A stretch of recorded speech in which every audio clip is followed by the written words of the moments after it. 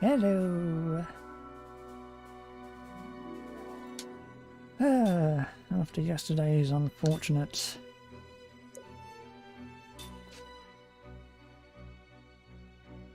events, I should say, when I'm all the way back at the Urha Gate. Funnily enough, we're weaker than we were before. Sort of. Because we haven't learned as many skills, because the cave was actually really nice to me.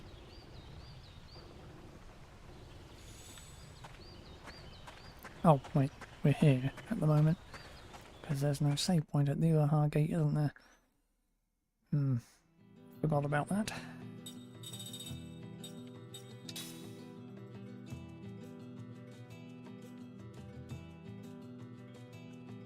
It's time to actually read if there's anything else I can do as well.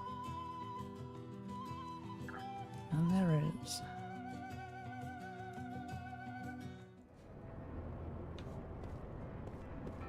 I've already got their treasure hint, so...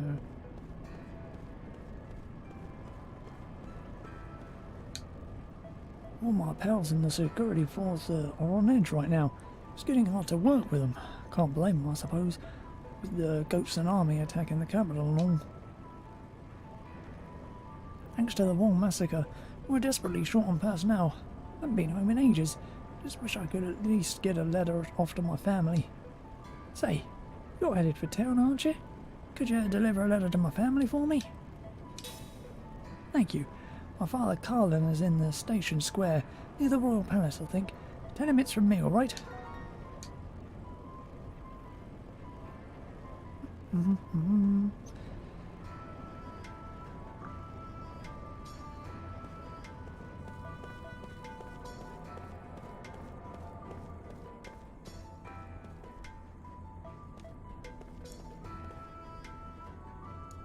Right, everything? Yeah. In fact, can I redo these?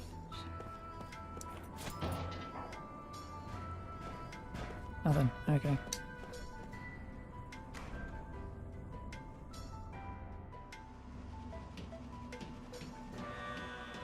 Had to check.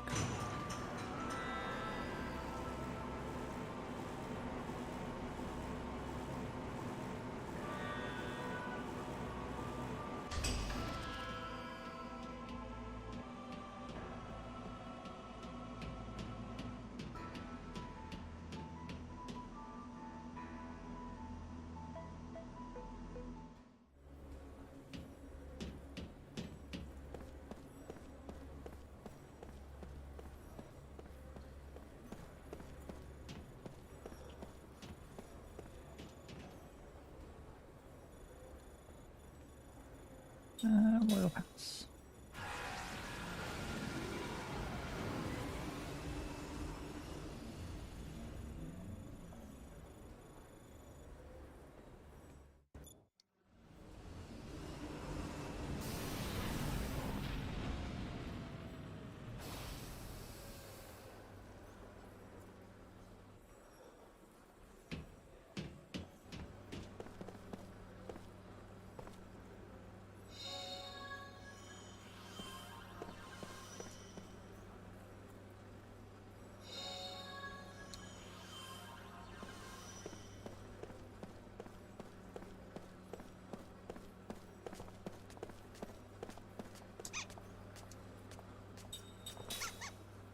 I am way behind on these.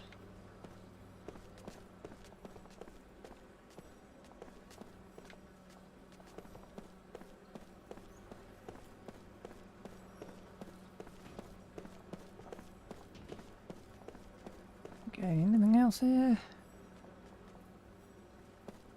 Nope.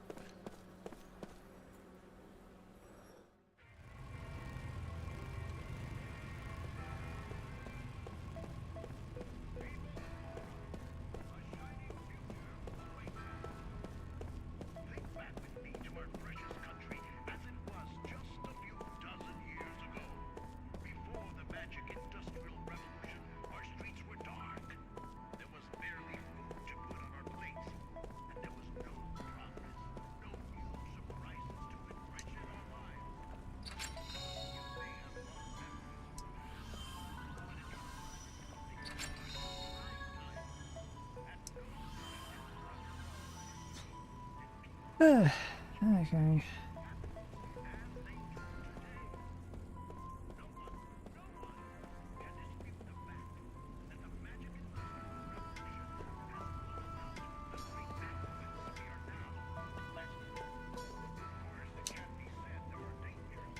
King Zypher and Tolton seemed like kind rulers, but supposedly what we need now is a strong king like Gongora. Magic energy's a terrifying thing. I've no one left to rely on now but Gongora. He says the Grand Staff will protect us. I am worried about my son. My son is assigned to guard the Great Gate, but there are so few soldiers left. He must have it pretty rough. His name? It's Yellen. Huh? You have a letter from him? Oh, thank you. I haven't received any word from him, so I was worried. Here, I'll give you this for your trouble.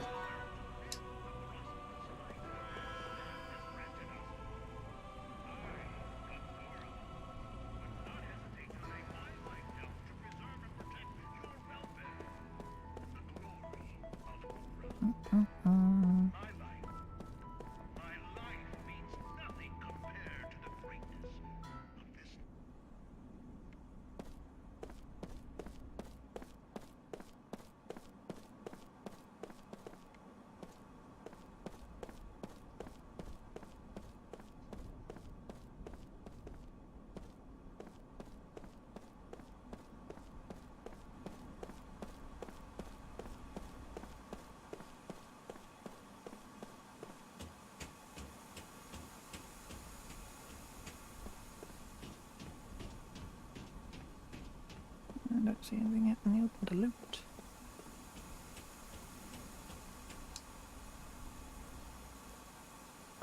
Pardon me. Have you seen anyone who looks like this? He's my father. You haven't. I see. He was supposed to visit the city yesterday on an errand during the coronation ceremony. Here he was swept up in the goats in advance. Apologise for the trouble, but you see my father.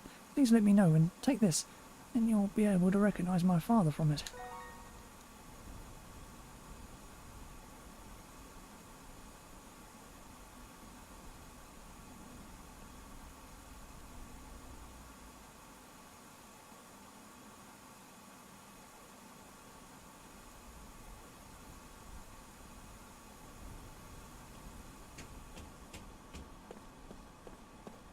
My camera just went off there. Are you still working? Yes, okay. Hate it when you do that, camera. I know you're doing it because this PC is dying.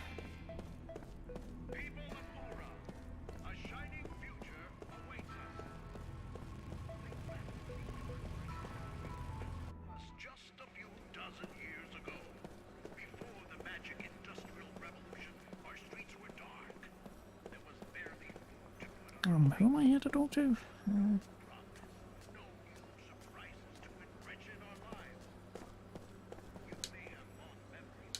God's a surprise attack inflicted a major number of casualties on us. That doesn't happen again anytime soon. Not you, then.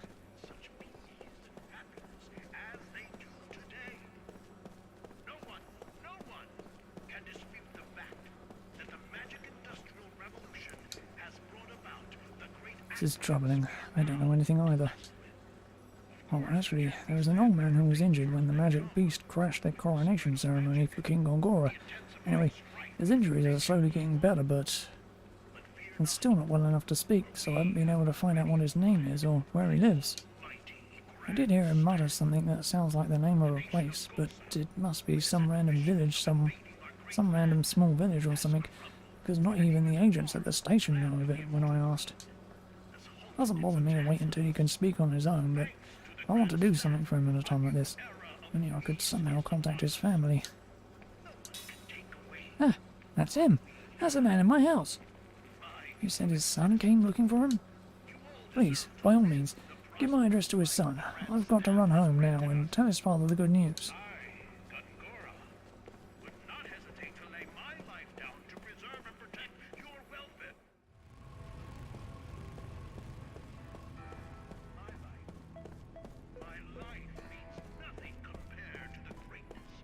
I'm only doing this for all the accessories, I hope you know that. Because I want all the skills.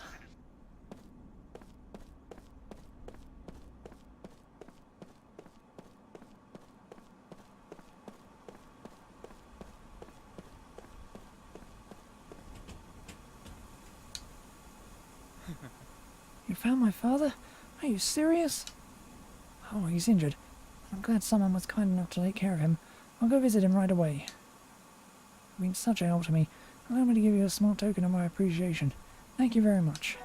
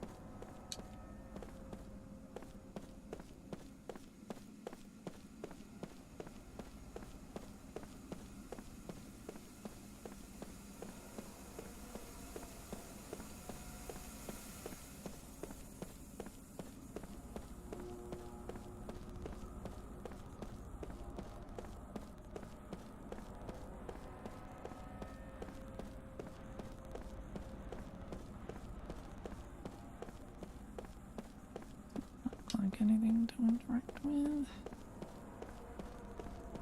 I should have gone up outside first.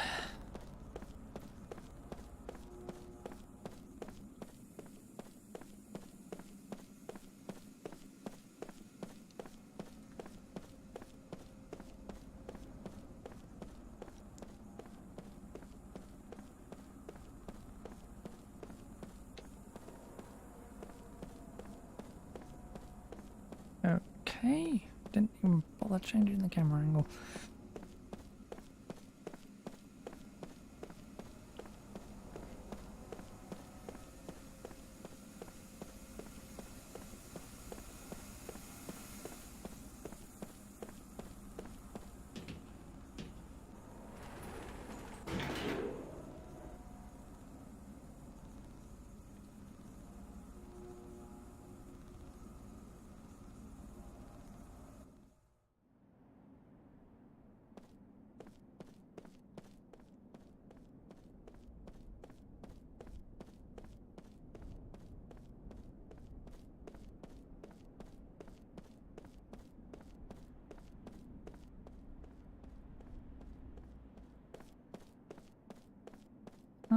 Oh, I see, that's all.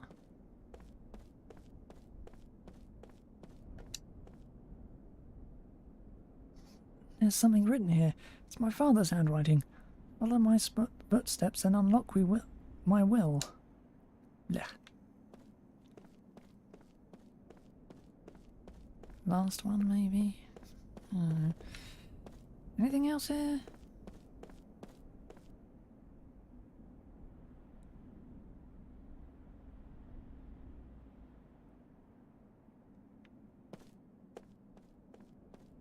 No. What was the point of coming here?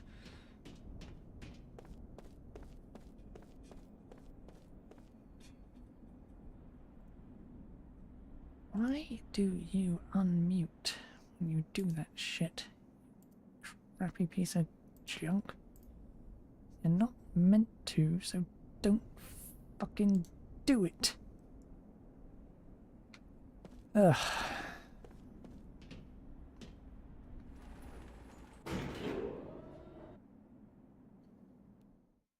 I...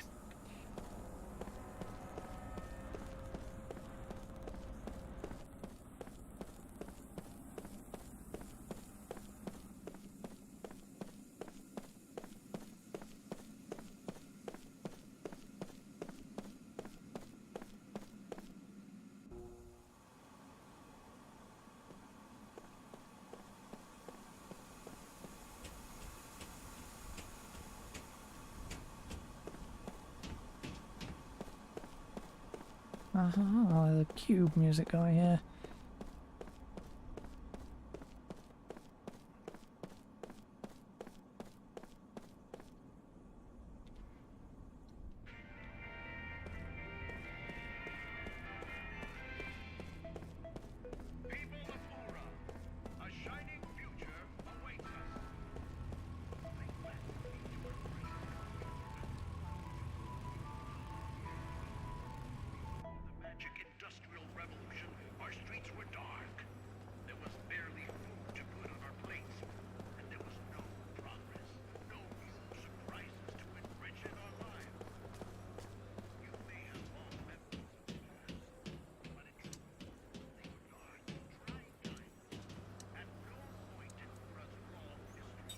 Central Station.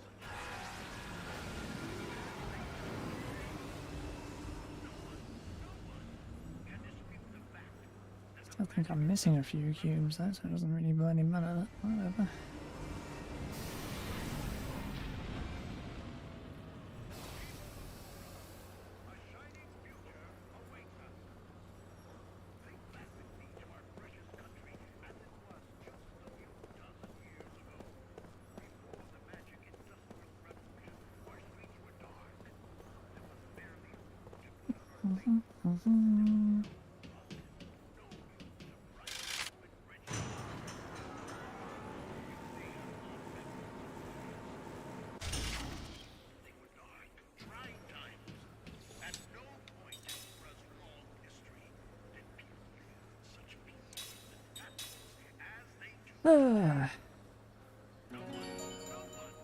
Does it show that I'm being careful?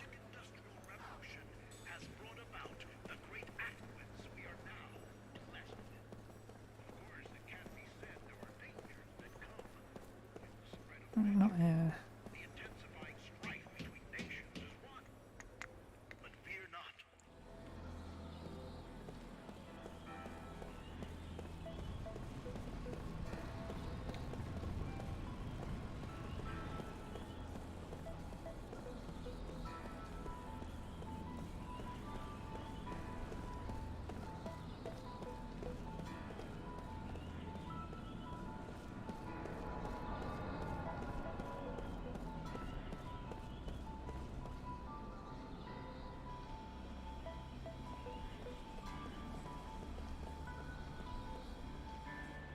Central Station Square. This is the Central Station Square. Where the hell is this freaking guy?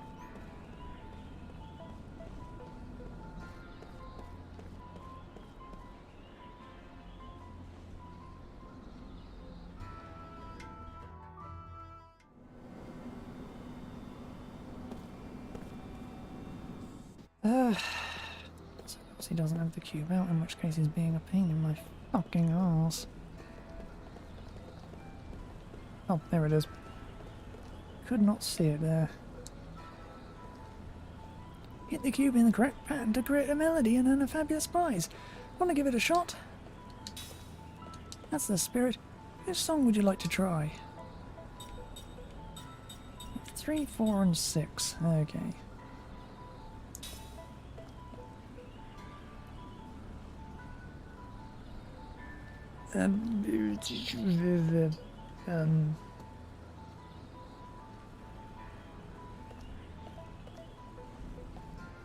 Let's get this up on screen, but that would be too easy, wouldn't it?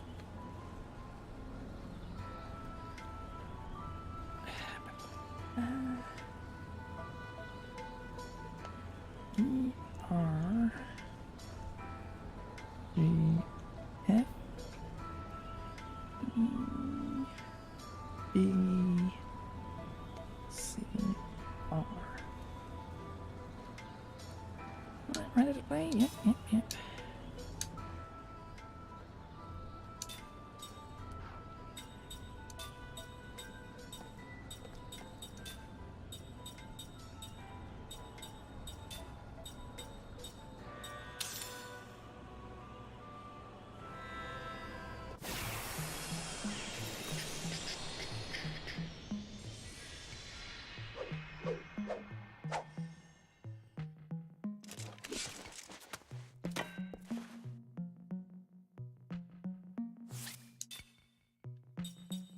P R G F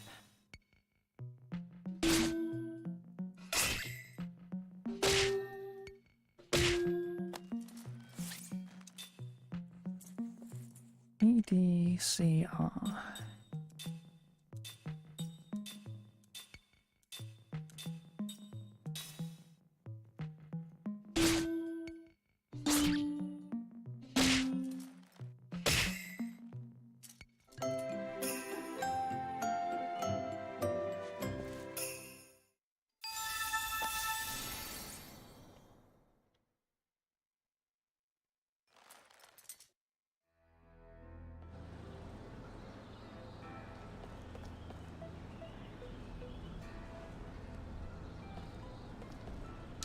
Yep, first performance.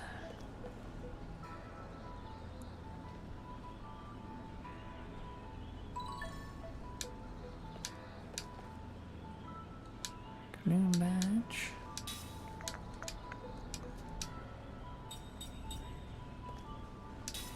And a 5, that's a shame.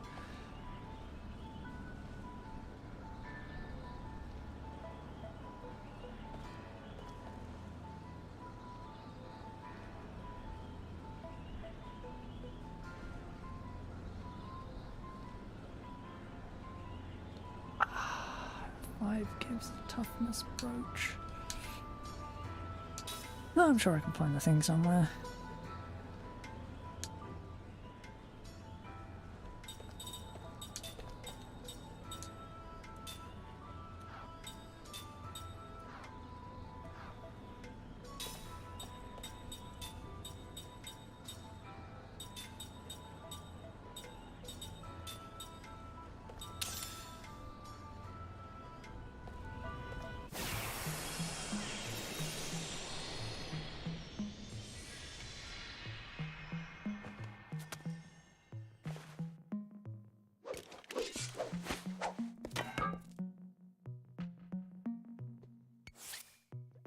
GGBA.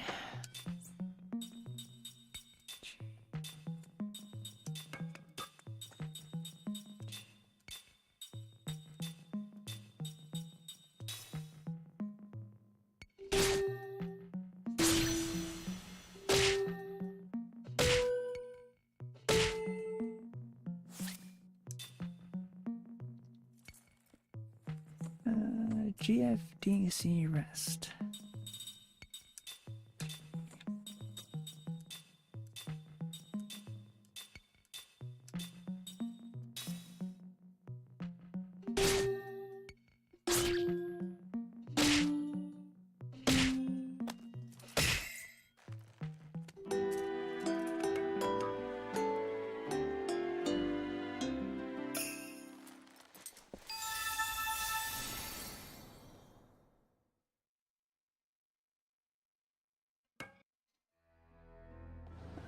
Pretty good that I was only missing one of the damn things.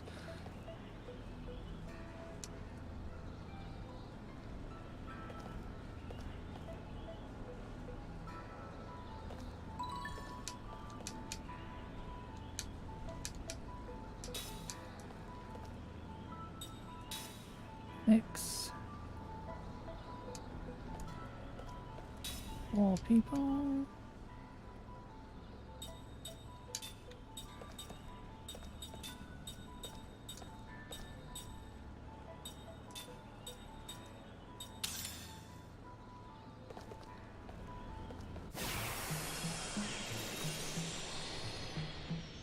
CCGG.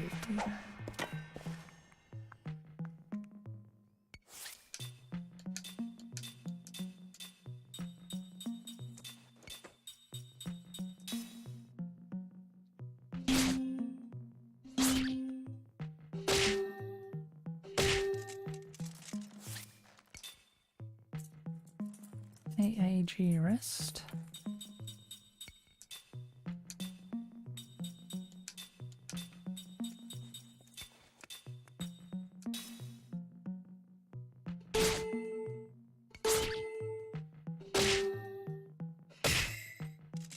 F-E-E.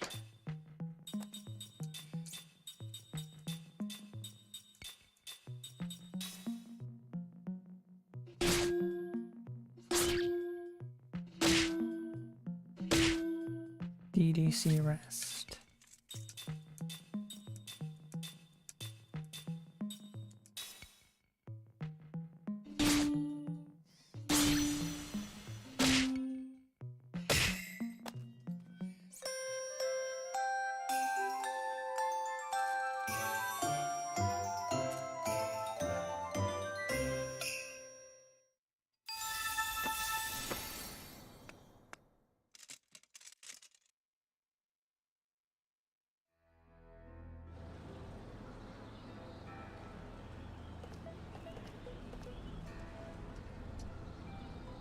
Right. I'll score 5 at some point.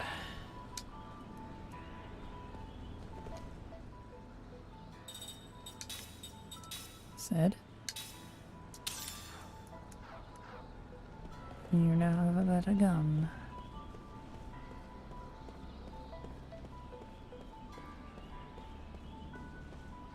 Okay, treasure hunt guy. Central station.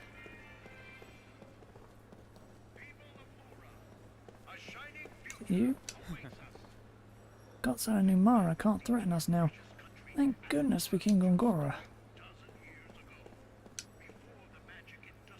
Managed to stave off Goats' attack with the Grand Staff, but now Lord Gongora is nowhere to be found. King Gongora is highly gifted in magic, but will only flourish further under his rule.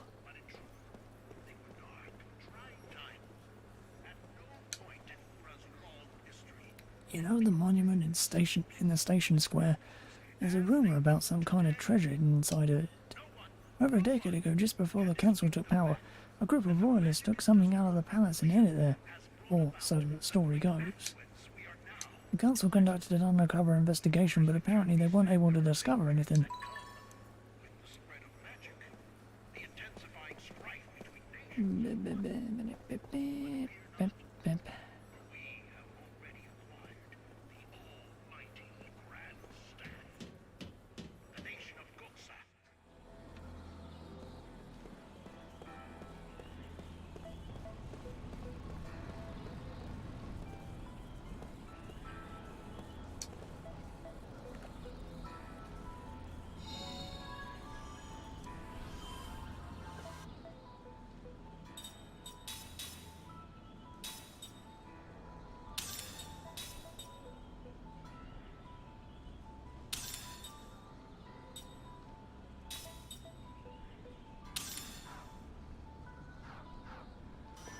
Yeah, you can actually...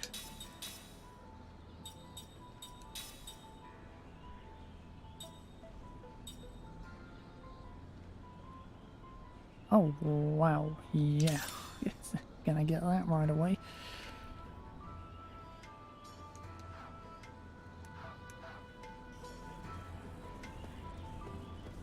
I wonder if I can...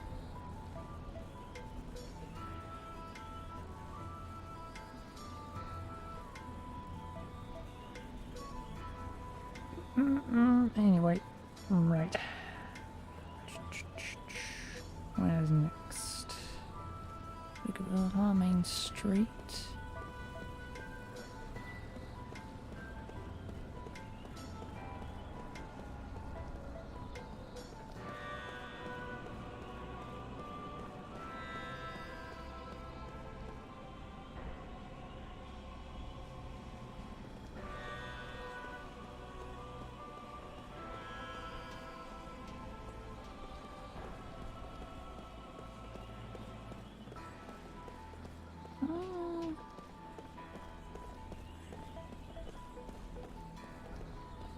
Can't have already got this one right.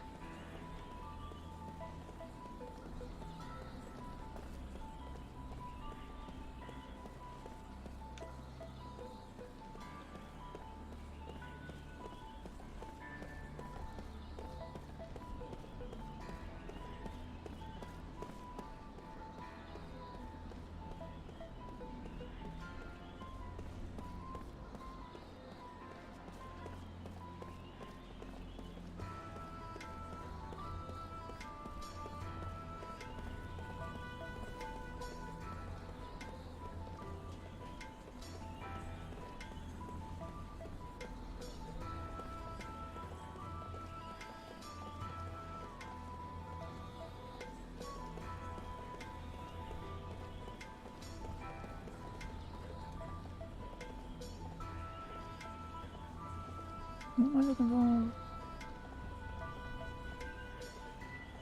Toucan, okay. King Tolden, he only just taken up the throne.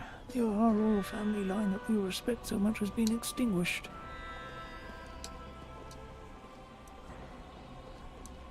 Just over there. Oh.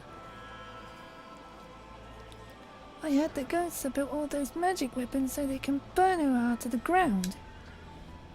I'll do anything that's necessary to beat ghosts. It's like what they all say, kill or be killed.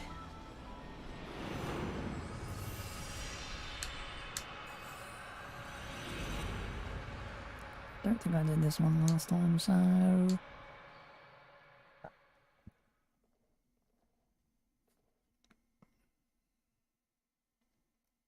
Definitely not. Beyond the wall.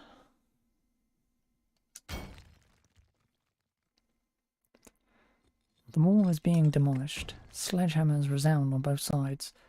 The wall marked a national border for decades, until yesterday. Border might not be the right word, however. Originally, both sides were part of a single nation. The country became divided owing to differences in ideology, and the two sides remained so mutually antagonistic that a high, thick wall had to be built. Those days are gone now. A year ago, the leaders of the two sides shook hands in a historic reconciliation.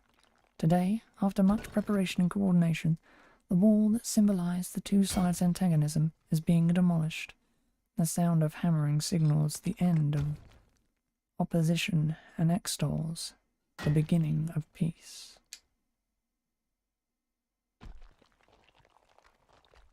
Come on, give me a break, says Yagano, spitting on the ground and glaring at the backs of the people swarming at the wall. Look at them, smiling like idiots. Can't believe it. He glances at Kime by his side as if to say, right? His still boyish face wears a scowl of disgust. Tell me, Kime, you've been to a lot of different countries and seen all kinds of people. Can people just take years of hatred like that and throw it out the window? Kime gives him a sour smile instead of replying. Yugano was a young man, the first person that Kime became friends with shortly after he arrived in this border town. He is pleasant enough, except for his stubborn hatred of people from the other side. One lousy handshake and I'm out of a job. I mean, really, give me a break. Yugano used to be a border guard. In other words, one of the men assigned to keep watch on the wall.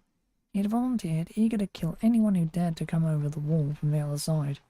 If his superiors had permitted it, he would have gladly crossed over and attacked the other side rather than waiting to fend off an invasion. As a mandatory part of the reconciliation, however, the border guards were disbanded. Unlike his brother-in-arms, who quickly started new lives for themselves, Yugano was left behind by the changing times.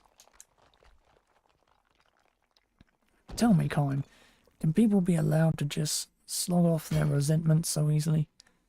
Do they not just give a damn? Kime does not respond to this. He knows that Yugano is a victim of the age of confrontation. Still just a young man, a boy even, Yugano has been thoroughly conditioned since childhood to view the other side as the enemy. Watch out, the other side could attack at any time. Watch out, the other side are all cruel, cold-hearted villains. Watch out, the other side ever invades us and occupies our town. They burn down our houses, steal our property, kill our men and assault our women. Watch out. The day is not far off when they will be invading us. It could be 3 days from now or it could be tomorrow. They might be climbing the wall today. This very moment. Watch out. They've already sent their spies among us, and you can tell for sure who they are. They're the ones who extol and sympathize with the other side by word and by deed. Watch out. Watch out. They're probing for the slightest gaps in our psychological armor. Remain alert. Be ready to draw your sword at any moment. Watch out, watch out, watch out, watch out! There was much to be found out about the other side in the history books distributed in the schools on this side. The pictures of the people from the other side portray them all as ferocious demons.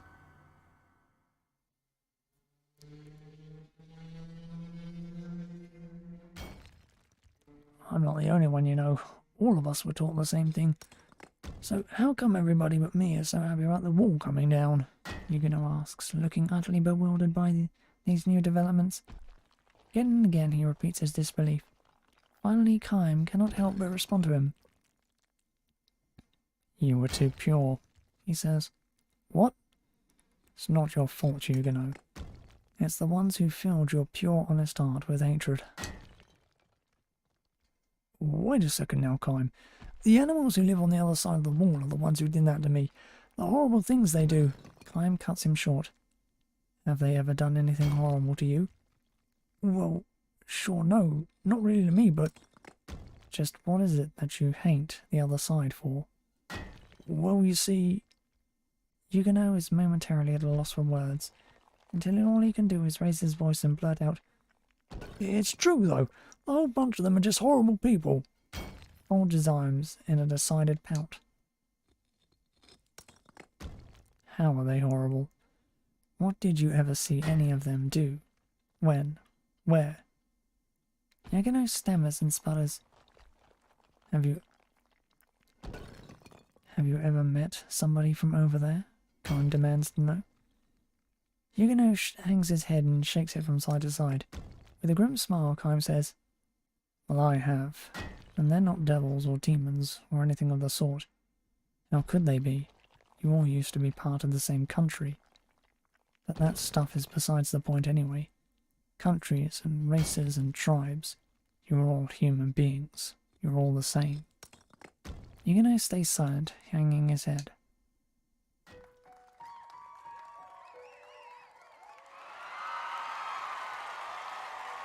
Cheers are up at the wall. The wall that has separated the two worlds for decades has just now been broken through. Representatives from this side and the other side walk through the opening, greet each other with smiles and firm handshakes and embrace. The cheers grow louder, and people, mostly members of the younger generation, gather in circles here and there expressing their joy. Huguenot glares down at his own shadow and asks Kime, So, what should I do now? All I've ever done is hate. All I've ever known how to do is hate them. Kime gives Huguenot a pat on the shoulder and says, It's not too late to change. You can start now. Can I? You can, I'm sure of it. Kime is sure because he knows what it is like when both sides were a single country. It was a kindly nation, by no means rich. It was yet a happy country of compassionate people.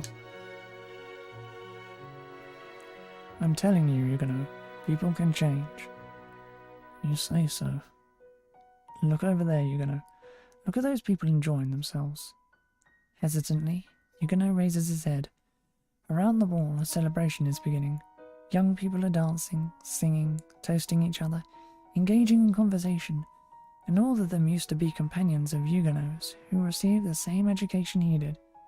No doubt the young people on the other side were similarly educated to hate. What do you see over there? Demons? Devils?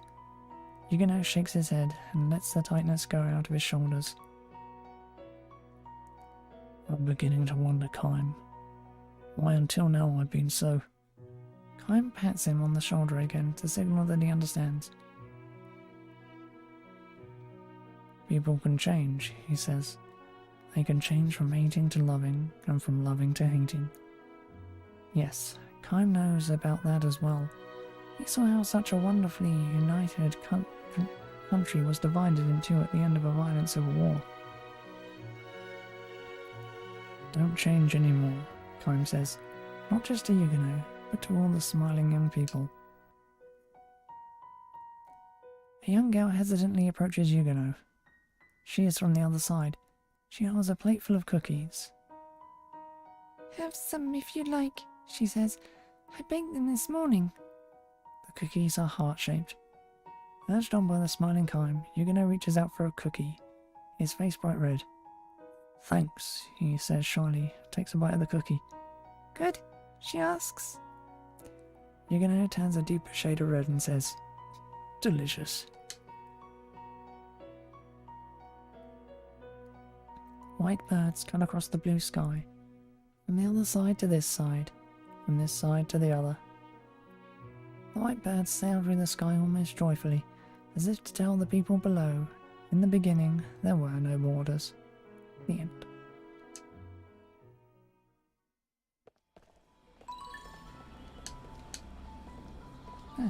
Treasure info. Do.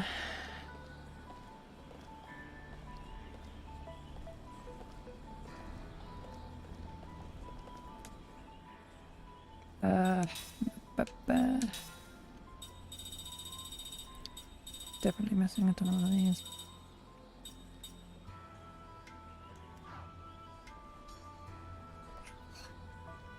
Should be able to find that for a while, don't I?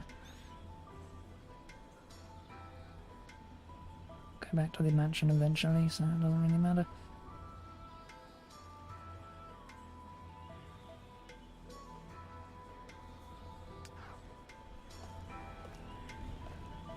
Marga? Everyone was in a panic about the meteor that fell in the battle at the Highlands of War, but nobody seems too concerned about it now.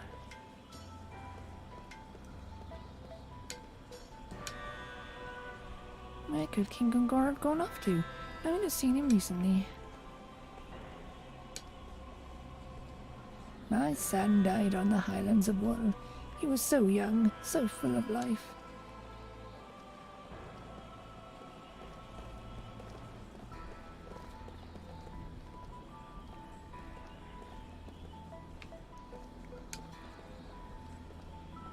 The husband of the young woman next door hasn't come back from the battlefield.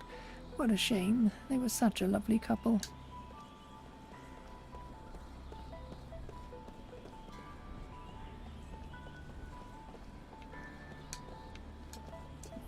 Your towns.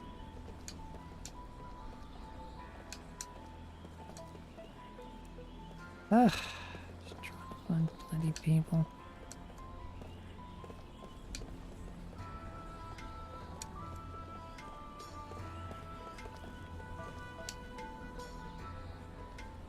Oh great, I dropped this old family heirloom of ours in the sewer by accident. Not that it matters much, it was really just a piece of junk anyway.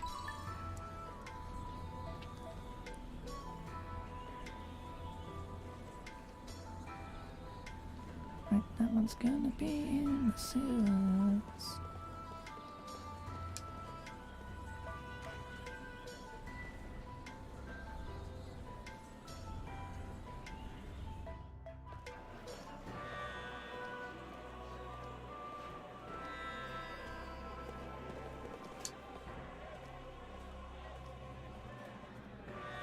Hold on, you're fresh from the battlefield too, aren't you? Guess we both owe someone upstairs big time, huh? Kinda feel like a hill. Don't be thinking about all my dead bodies, but having another chance to see your family, well, that's a great feeling. Didn't think I'd actually make it out of this alive after all. I have no idea what I'm gonna do when it's time to knock out on my family's front door.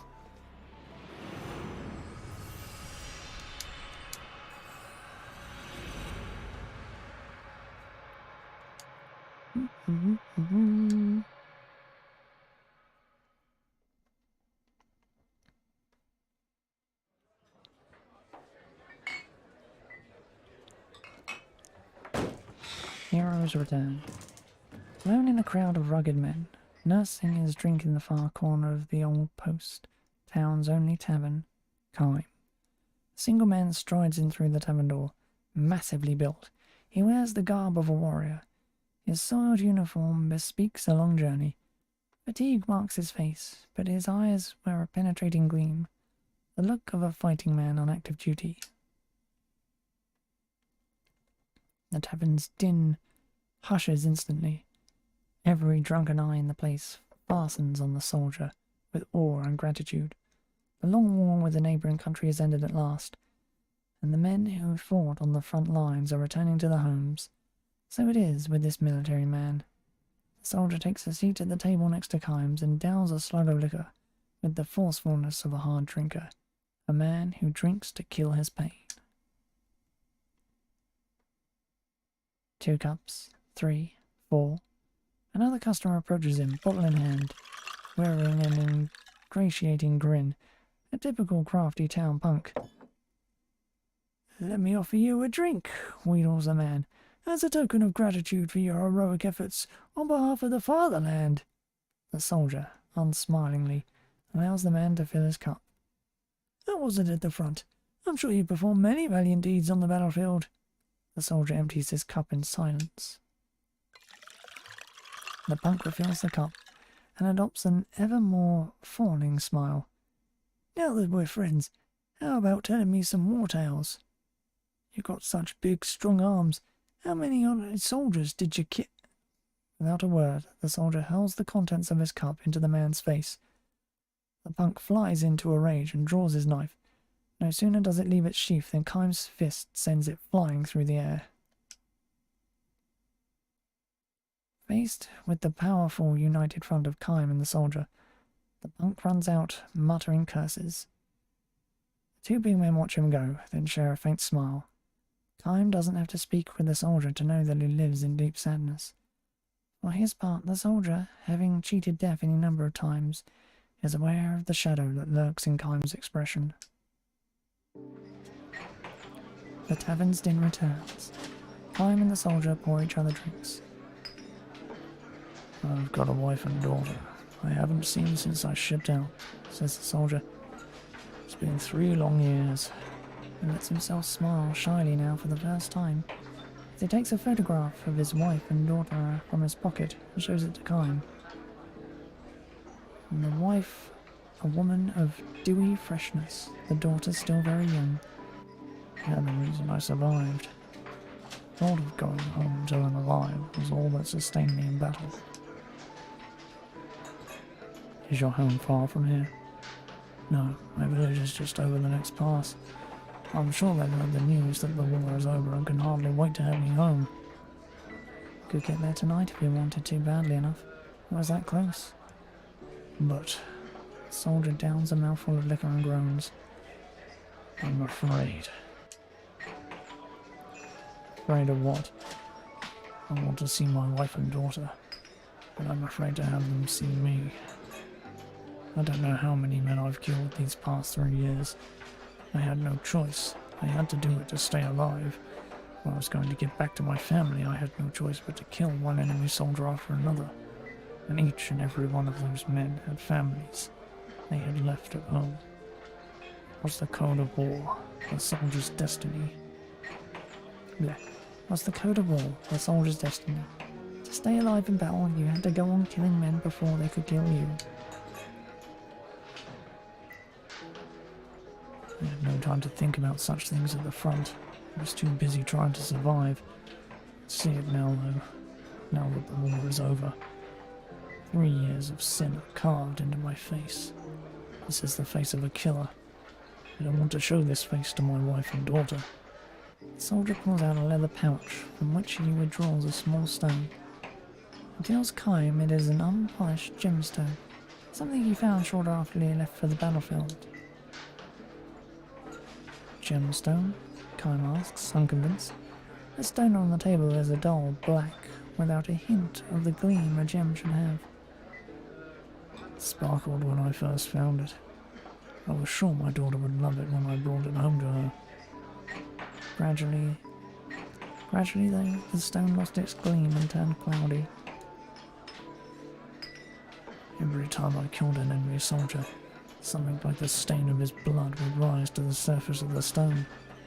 As you can see, it's almost solid black now after 3 years. The stone is stained by the sins I've committed. I call it my sin stone." "You don't have to blame yourself so harshly," says Kime. "You had to do it to stay alive." "I know that," says the soldier.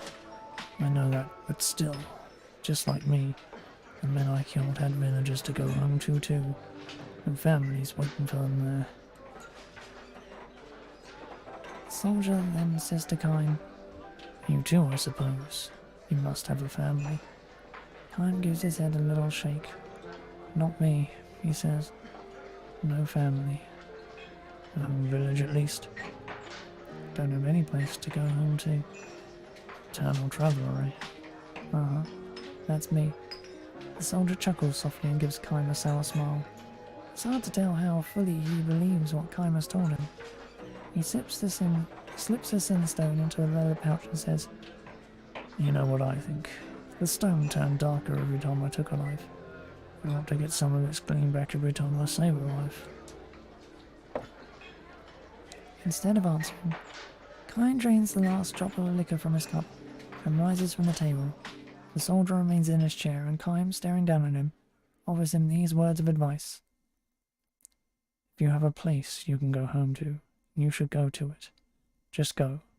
No matter how much guilt you may have weighing you down, I'm sure your wife and daughter will understand. You're no criminal. You're a hero. You fought your heart out to stay alive."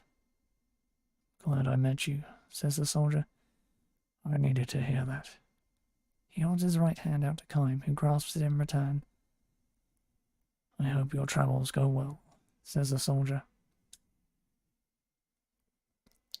"And your travels will soon be over," says Kime with a smile, starting for the door. Just then, the punk charges at Kime from behind, wielding a pistol. "Watch out!" bellows the soldier and rushes after Kime.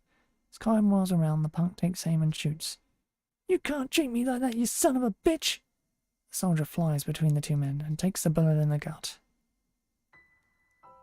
And so, as he so desperately wished to do, the soldier has saved someone's life. Ironically, it is for the life of Kime, a man who can neither age nor die, that the soldier has traded his one and only life. Sprawled on the floor, nearly unconscious, the soldier thrusts the leather pouch into Kime's hands. "Look at my sin stone, will you? Maybe, he says, chuckling weakly. "Some of its shine has come back." Blood spurts from his mouth, strangling the laugh. Kime looks in the bag and says, "It's sparkling now. It's clean." "It is?" gasps the soldier. "Good. My daughter will be so glad." He smiles with satisfaction and holds his hand out for the pouch. Gently, Kime lays the pouch on the palm of his hand, folds a man's fingers over it. The soldier draws his last breath, and the pouch falls to the floor. The dead man's face wears a peaceful expression. The stone, however, the man's sin stone, which has rolled from the open pouch, is as black as ever. The end. Well, shit. "Yeah, have a drink, huh? I had a customer earlier who said he picked up some treasure off the ground, but threw it in the garbage by accident. The garbage dump is behind the inn, but he couldn't find it when he looked. Boy, was he mad about that. Probably fell in some crack in the floor or something."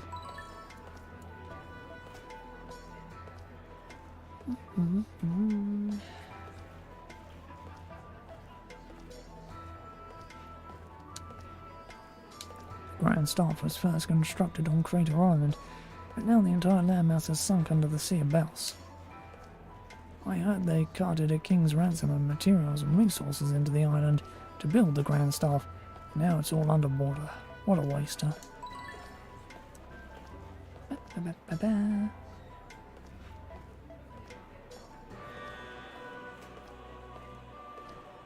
Right.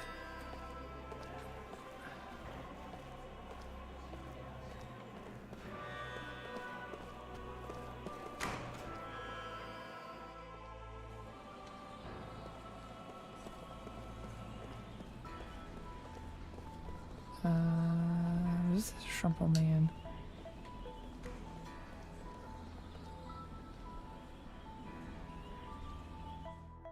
Shop.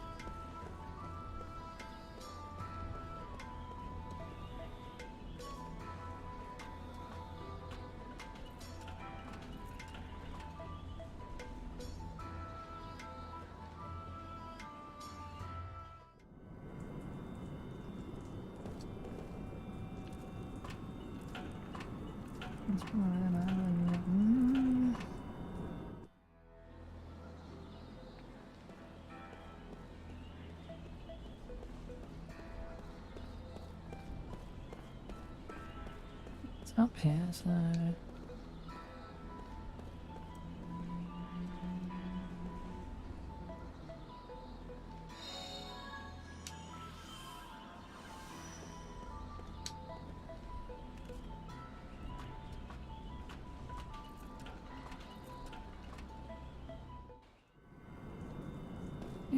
This one is over here.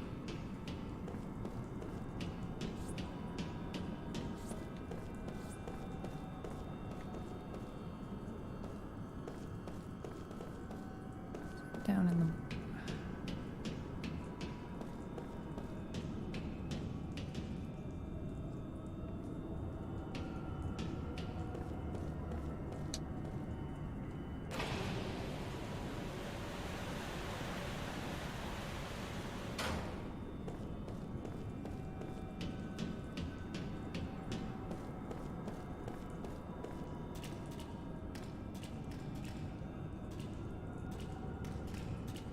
Come on.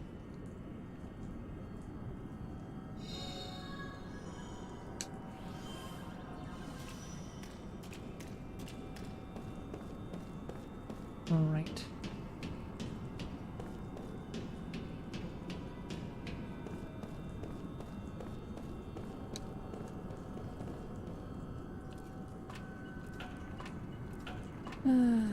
Still so much better than talking to everyone like I would have done. Residential area next.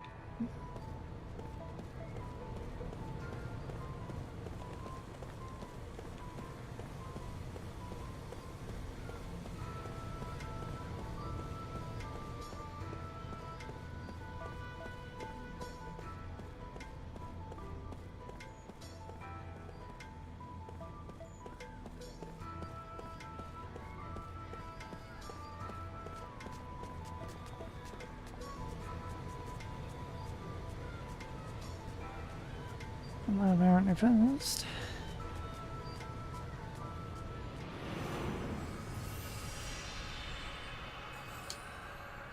These are probably things I could have gotten ages ago.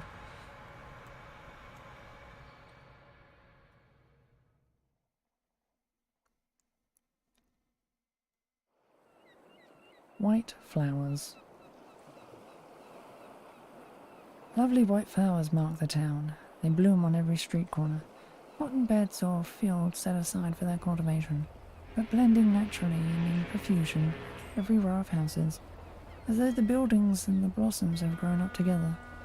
The season is early spring, and snow still lingers on the nearby mountains, but the stretch of ocean that gently laps the town's southern shores is bathed in refulgent sunlight. This is an old and prosperous harbour town. Even now, every day its piers each day its piers see many cruise ships and freighters come and go. Its history, however, is sharply divided between the time before and the time after, an event that happened one day long ago. People here prefer not to talk about it. The watershed engraved upon the town's chronology. The memories are too sorrowful to make stories out of them. Kime knows this, and because he knows it, he has come here once again. Passing through? The tavern master asks him. At the sound of his voice, Kime responds with a faint smile. You're here for the festival, I suppose. You should take your time and enjoy it. The man is in high spirits. He has joined his customers in glass after glass until now, and is quite red in the face, but no one shows any sign of blaming him for overindulging. Every seat in the tavern is filled, and the air vibrates with laughter. Happy voices can be heard now and then, as well from the road outside. The entire town is celebrating. Once each year the festival has people making merry all night long until the sun comes up.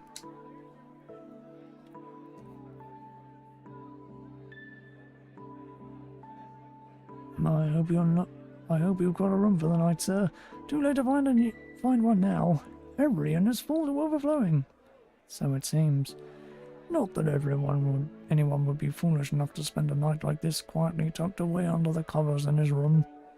Tavern Master winks at Kime as if to say, "Not you, sir, I'm sure. Tonight we're going to have the biggest, wildest party you've ever seen, and everybody's invited, locals or not. Drink, food, gambling, woman, just let me know what you want. I'll make sure you have it." Kime sips his drink and says nothing, because he is planning to stay awake all night. He has not taken a room, and he has no plans to enjoy the festival either. Kime will be offering up a prayer at the hour before dawn, when the night is at its darkest and deepest. He will leave the town, set off by the morning sun as it pokes its face up between the mountains and the sea, just as he did at the time of his last visit. Back then, the tavern master, who a few minutes ago was telling one of his regular customers that his first grandchild is about to be born, was himself just an infant. "This one's on me. Drink up," says the tavern master, filling Kime's shot glass. He peers at Kime suspiciously and says, "You did come for the festival, didn't you?" "No, not really," says Kime. "Don't tell me you didn't know about it. You mean you came here by pure chance?" "Afraid so." "Well, if you came here on business, forget it. You'll never get serious talk out of anybody on a special night like this." Tavern Master goes on to explain what is so special about this night. "You must have heard something about it. Once, a long, long time ago, this town was almost completely destroyed.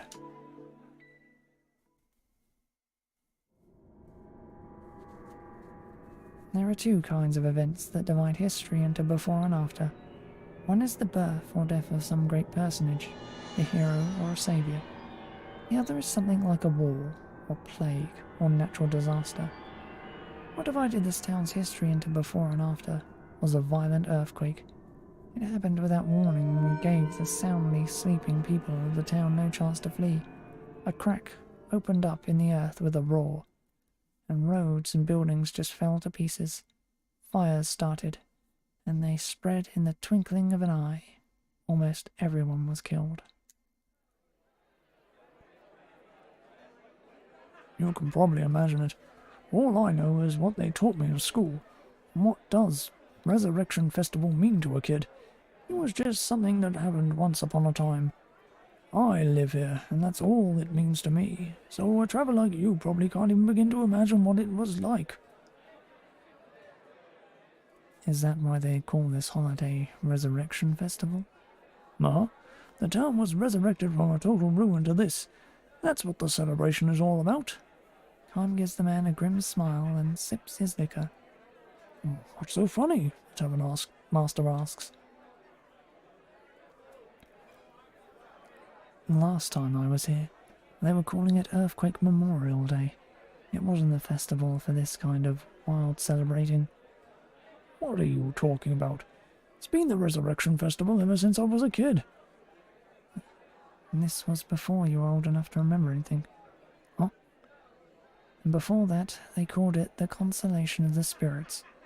They burn a candle for each person who died and pray for them to rest in peace. It was a sad festival. Lots of crying." "You sound as if you saw it happening yourself." "I did."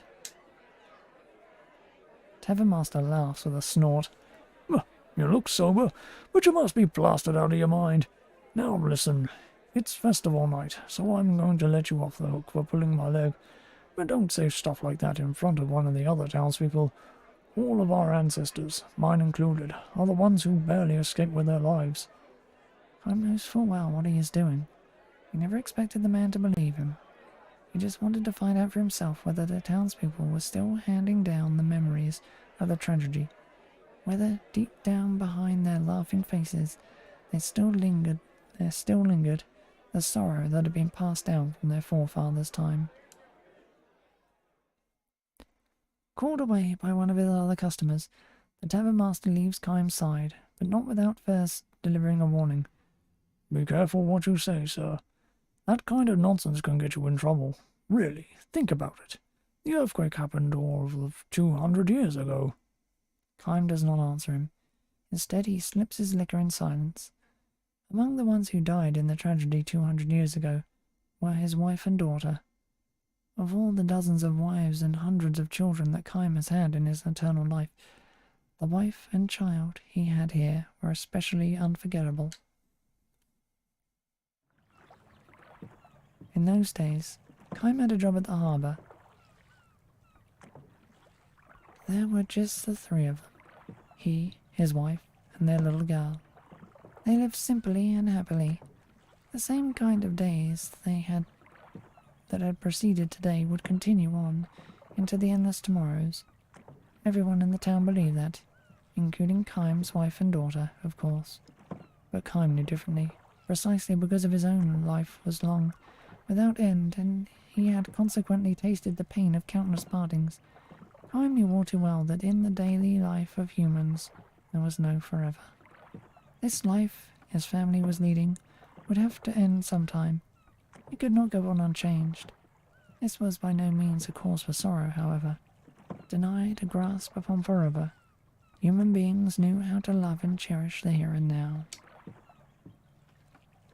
Kime especially loved to show his daughter flowers. The more fragile and short-lived, the better. Flowers that bloomed with the morning sun and scattered before the sun went down. They were everywhere in this harbour town, lovely white flowers that bloomed in the early spring. His daughter loved the flowers. She was a gentle child who would never break off blossoms that had struggled so bravely to bloom. Instead, she simply watched them for hours at a time, that year too.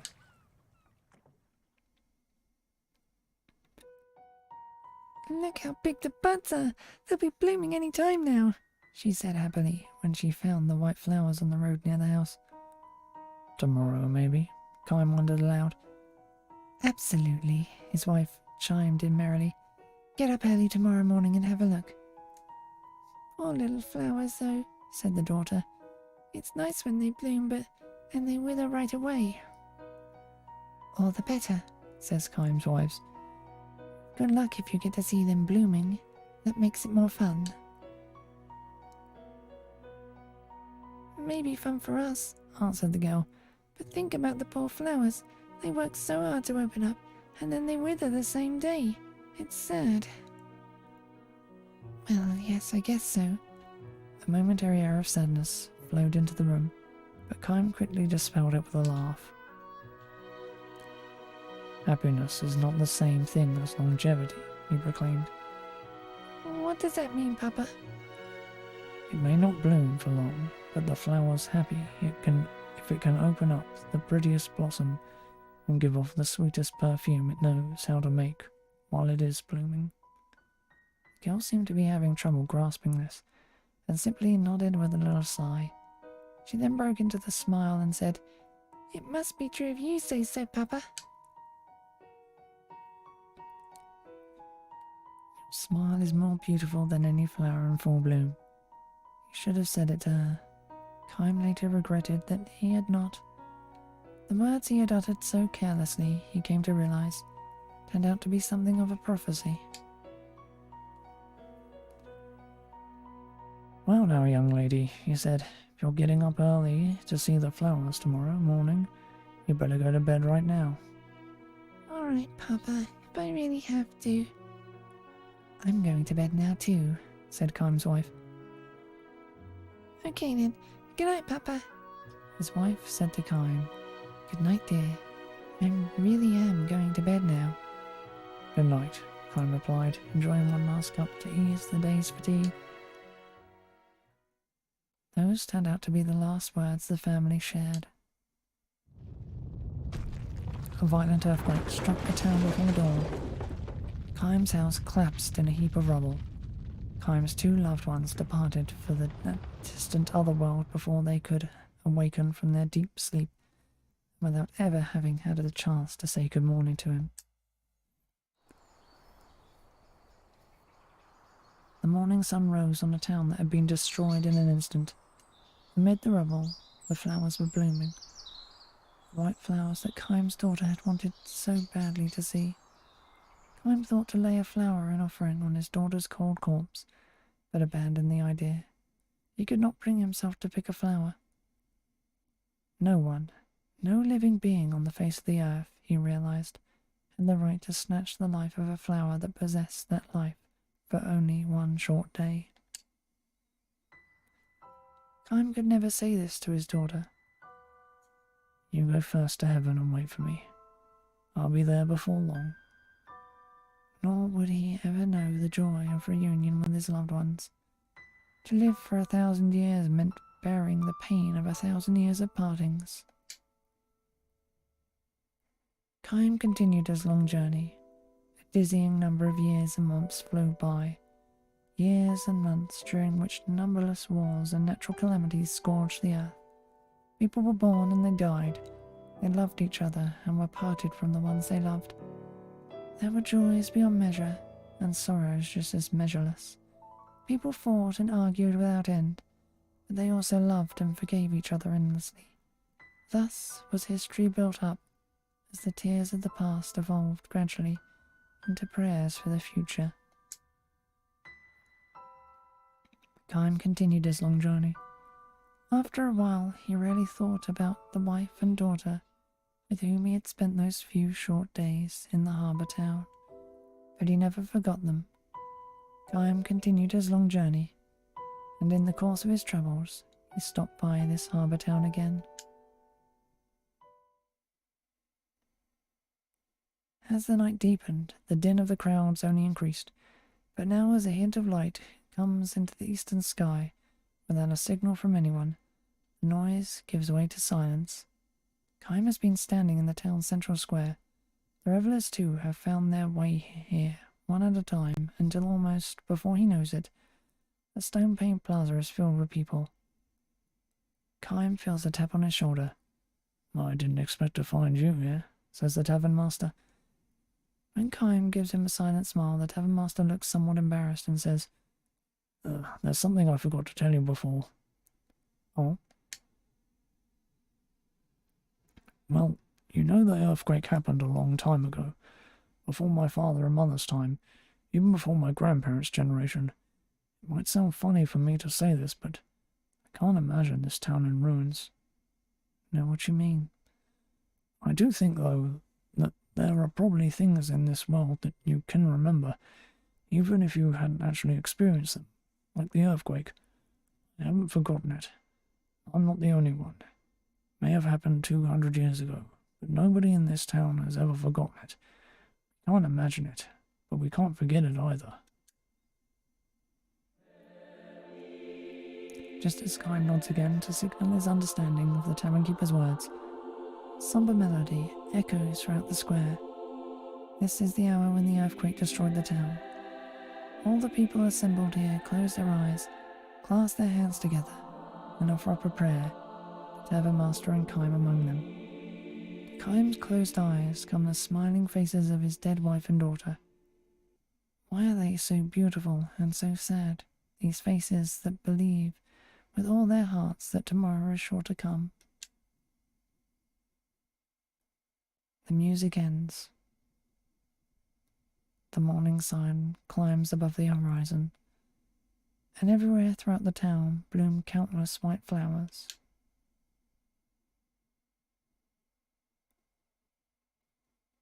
In 200 years, the white flowers have changed. The scientists have hypothesized that the earthquake may have changed the nature of the soil itself, but no one knows the cause for this. The lives of the flowers have lengthened. Where before they would bloom and wither in the space of a single day, now they hold their bloom for 3 and 4 days at a time. Moistened by the dew of night, bathed in the light of the sun, the white flowers strive to live their lives to the fullest. beautifying the town as if striving to live out the portion of life denied to those whose tomorrows were snatched away from them forever. The end.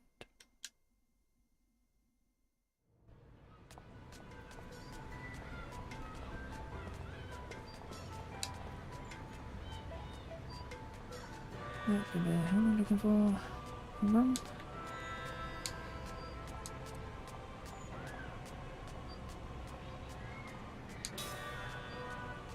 I set this charm off with my son.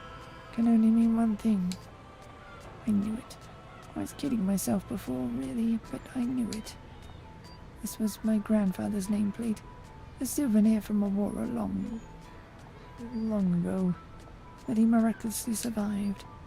He told me that a fellow soldier saved his life in that war, but I suppose his nameplate wasn't enough to do the same for my son. Thank you for taking the trouble to bring this to me. There are so many families in this world with nothing to remember their departed by. It may not be much, but I want you to have this. I hope you make it to retirement, soldier.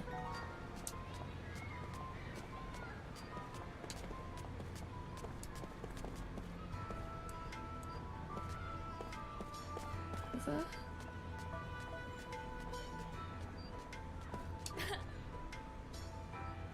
Bad guys tried to stop the king from taking his seat, but he beat him with the grand staff.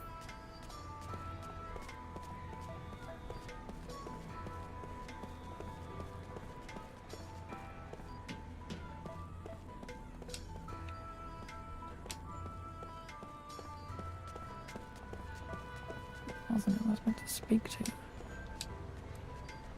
Yeah.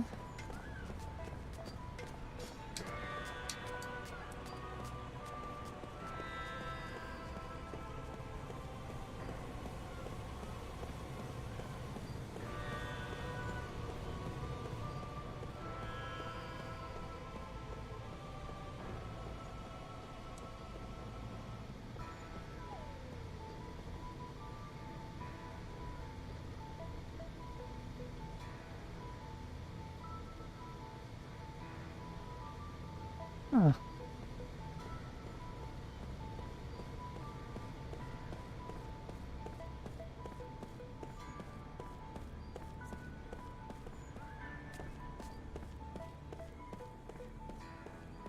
I'm a taxi, right?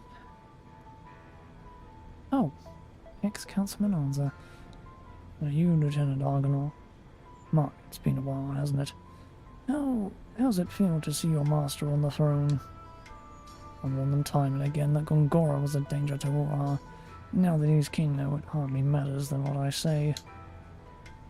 It would certainly take nothing short of an immortal to defeat a Grand Staff holding Gongora. Indeed, even an immortal may find the task too difficult to achieve, I fear. I may not be able to offer any physical support, but I hope this helps you in some small way.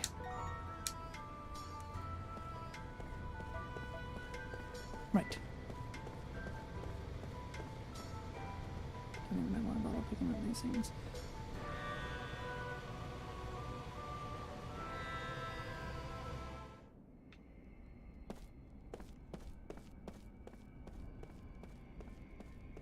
All this freaking cleanup.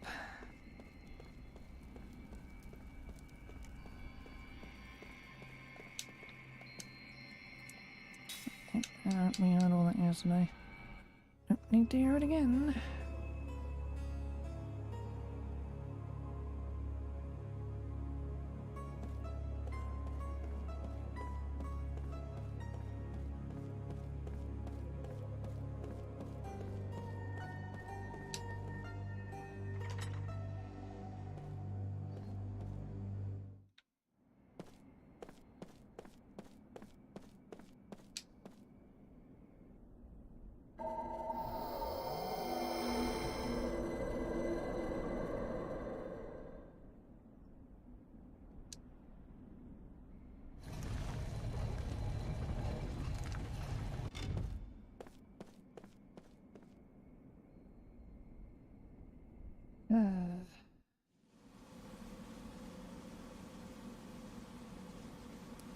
Now no good secret cave. Well, that's open now.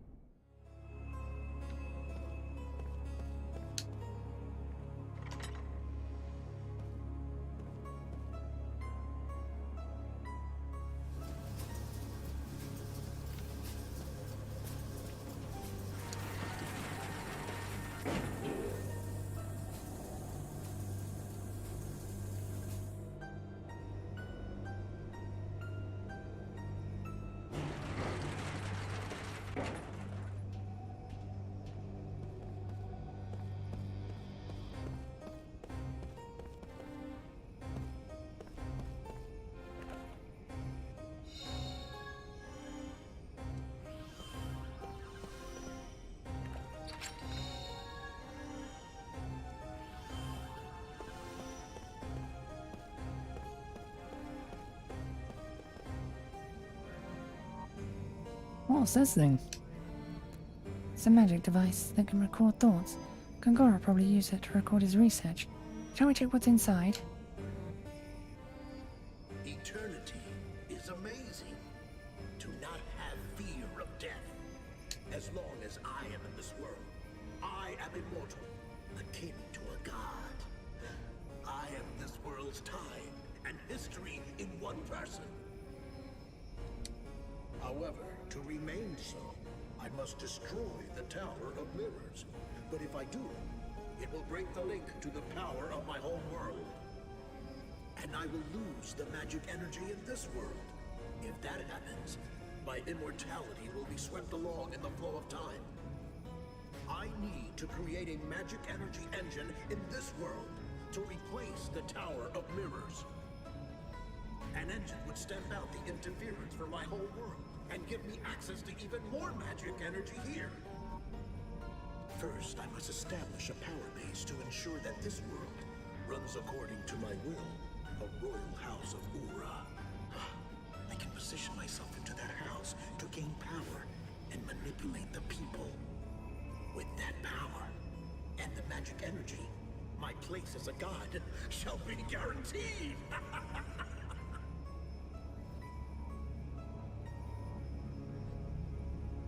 Ugh, so annoying.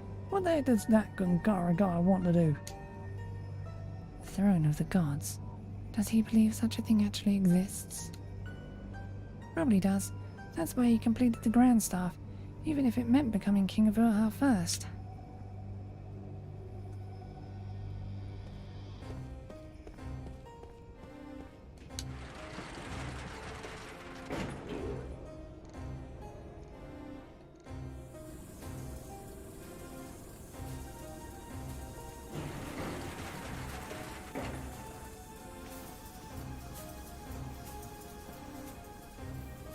Something up there.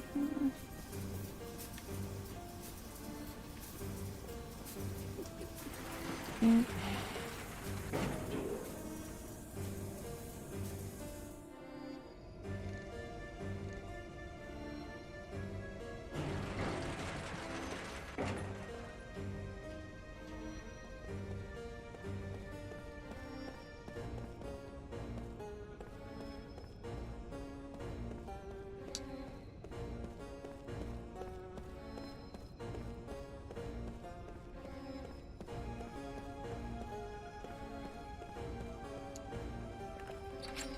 Oh god, I almost didn't see that.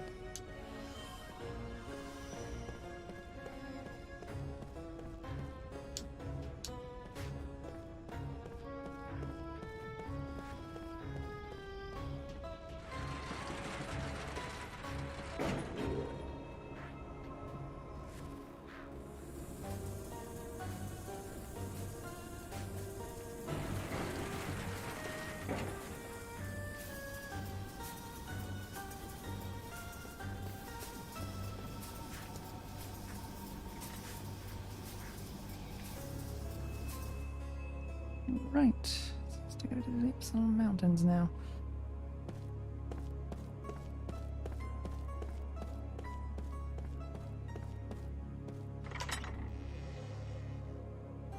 Do-do-do.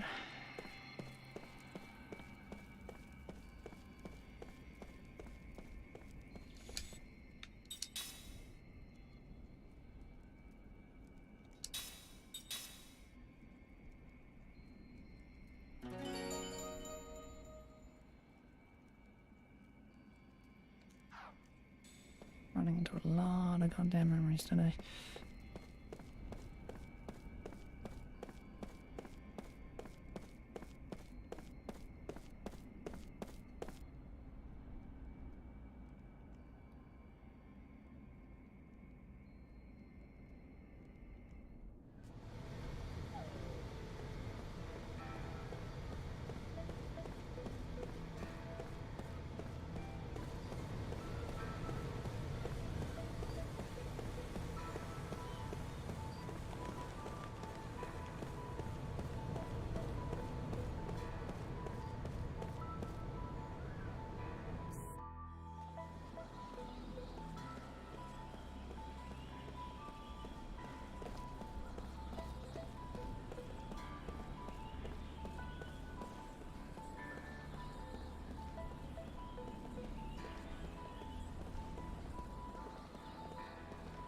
Oh god, this is for another friggin' dreams. Fine. I want to experience everything.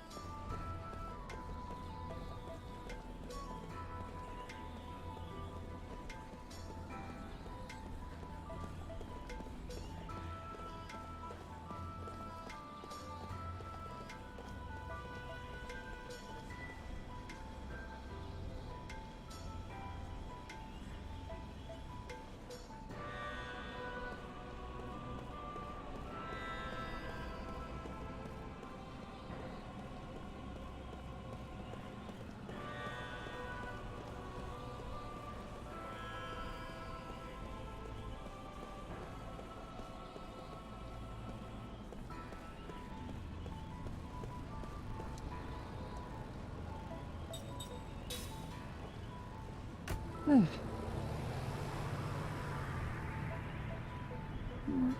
Valley Road.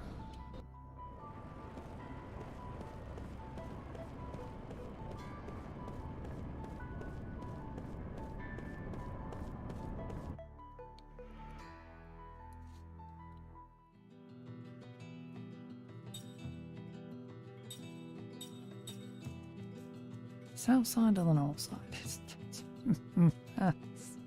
Could have been better. Oh. What was the cicada's dream?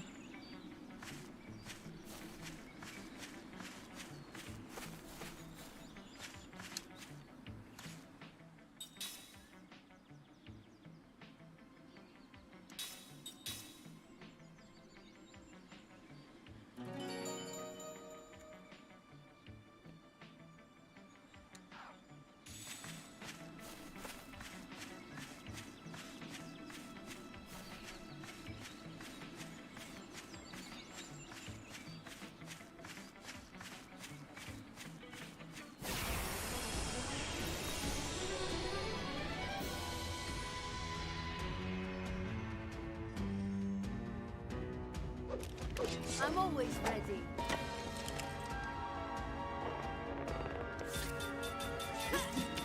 Oh, these poor enemies.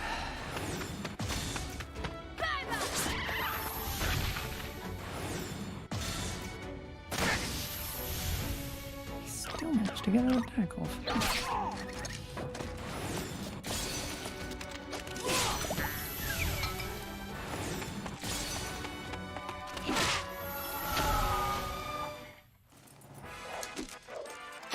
That seemed like a needless battle. Kime and Seth. Kime and Seth. Kime and Seth.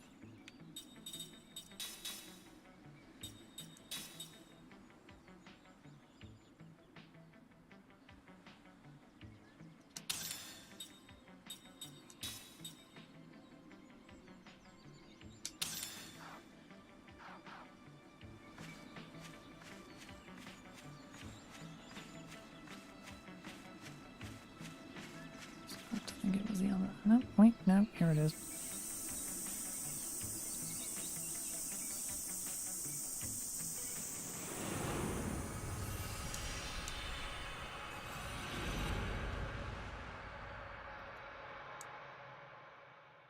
Another dream.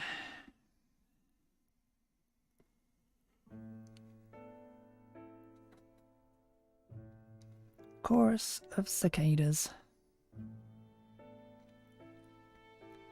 This forest is home to a priceless treasure. A marvelous and exceedingly rare creature lives here. You could search the entire continent and never find another such habitat.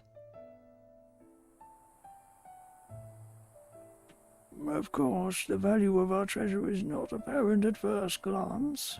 The village owner holds up a cup of liquor, made from fermented berries, as he speaks. His ancestors have kept watch over this tiny village for generations.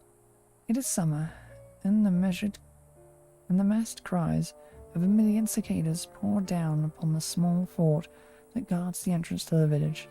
The chorus of insects sounds like a steady rain. I wonder if you gentlemen understand what I mean. The elder scans the dozen or so powerfully built men gathered at the fort. All of them wear a look of puzzlement. All but one, that is.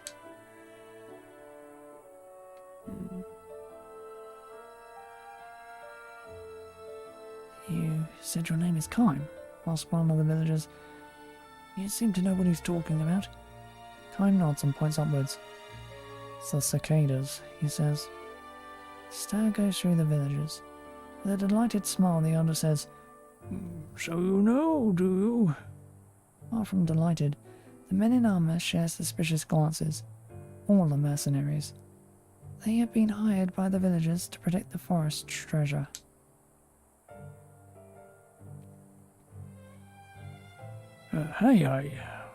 Wait just a second there, rumbles the voice of one soldier, perhaps emboldened by the liquor. Are you telling me this treasure we're supposed to protect is just cicadas? What's so special about them? They're everywhere. That is true, says the elder, which is why I said the value of our treasure is not obvious at first glance.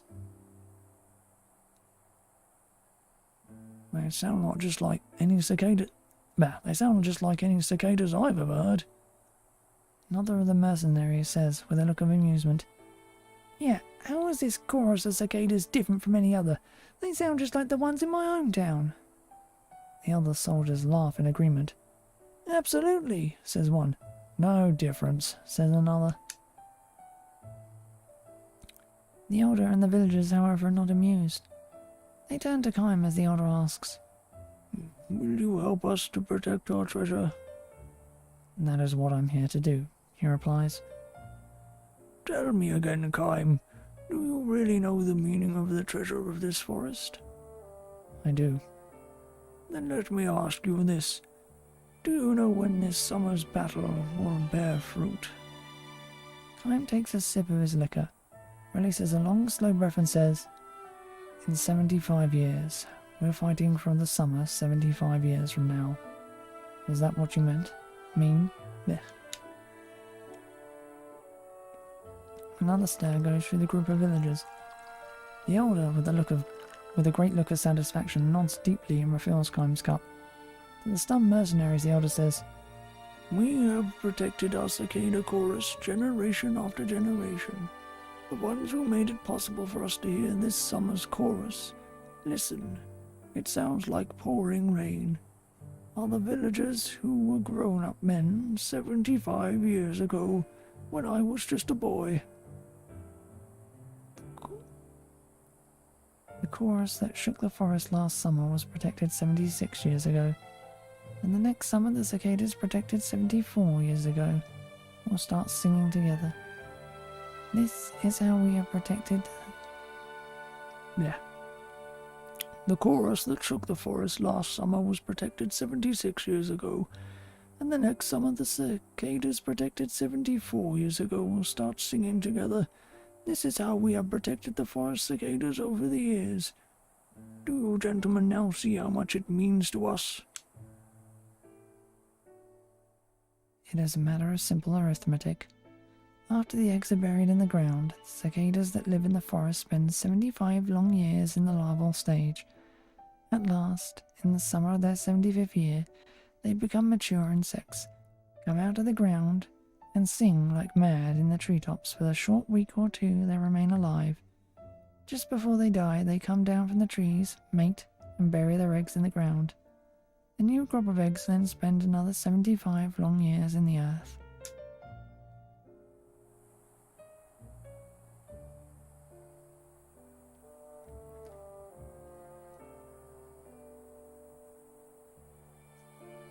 The fact that we can hear the cicada chorus this summer means only one thing, that the forest was at peace 75 years ago. Similarly, if the forest remains at peace this summer, the villagers will be able to hear the chorus 75 years from now. We have used what little money we have to pay you gentlemen to assemble here for this, to make the forest resound with the cicada chorus in 75 years. All the mercenaries but Kime openly show their disappointment. Wait just a second now, Grandpa, Says one soldier, standing ramrod straight. You mean to say we're supposed to risk our lives to protect a bunch of bugs? Exactly. And even supposing we succeed in what we risk our lives for now, the result won't show up for 75 years? That is precisely what I mean. Come on, old man, you must be kidding. If it were money or valuables, that would be one thing, but we might lose our lives here. And for what? Bugs? Well, you are mercenaries after all. Okay now, Grandpa, I'm going to ask you one last time. I know this village is poor, and I know you people have had to scrimp and save to put this money together. There's no question about that. But when you say this is for bugs, for 75 years from now, you're not living in the same world I'm living in. For something like that, you're willing to spend every last bit of money you got and, in the bargain, get us to gamble our lives? Are you insane? We want the children 75 years from now to hear the cicada chorus for themselves. What's so strange about that? Now, we are having trouble understanding you. Don't toy with me, old man.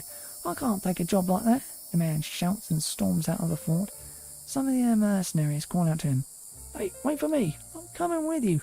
This guy lies for bugs. What a rotten deal this is. And they hurry after him. One man after another disappears with a parting remark. I'll keep my advance, though, several of them add. The only fighter left in the fort is Kine.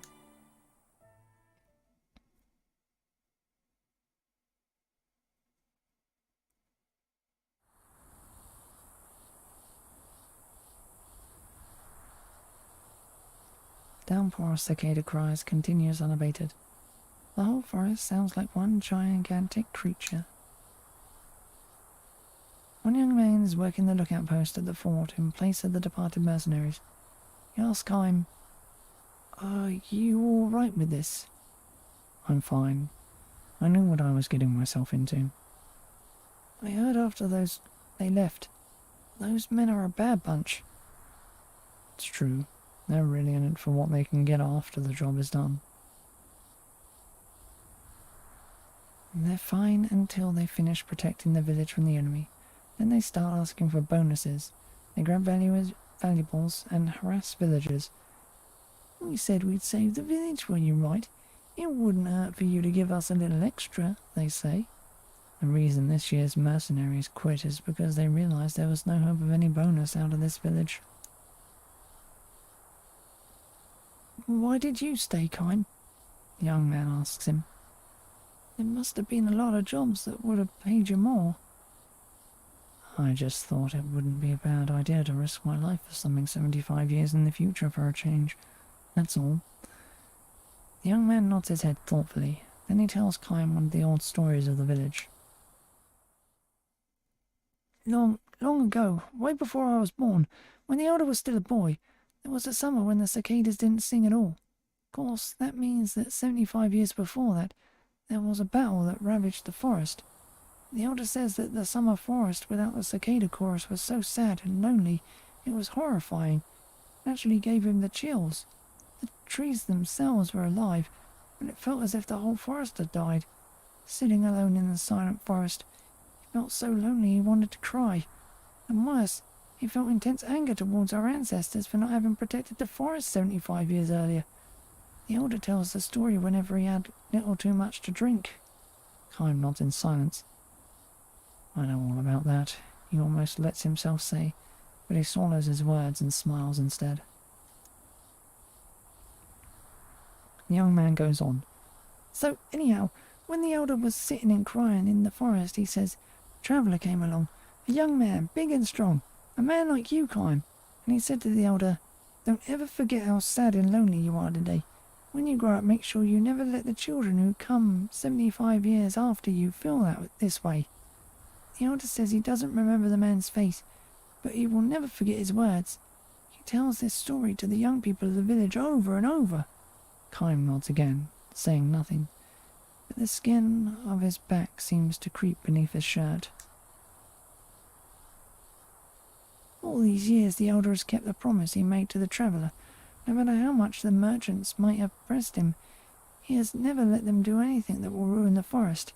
He has kept on good terms with the neighbouring villagers to avoid making enemies. He has sometimes entered into dealings that were not to our advantage, and lost many chances for us to make money. This is why the village is still so poor.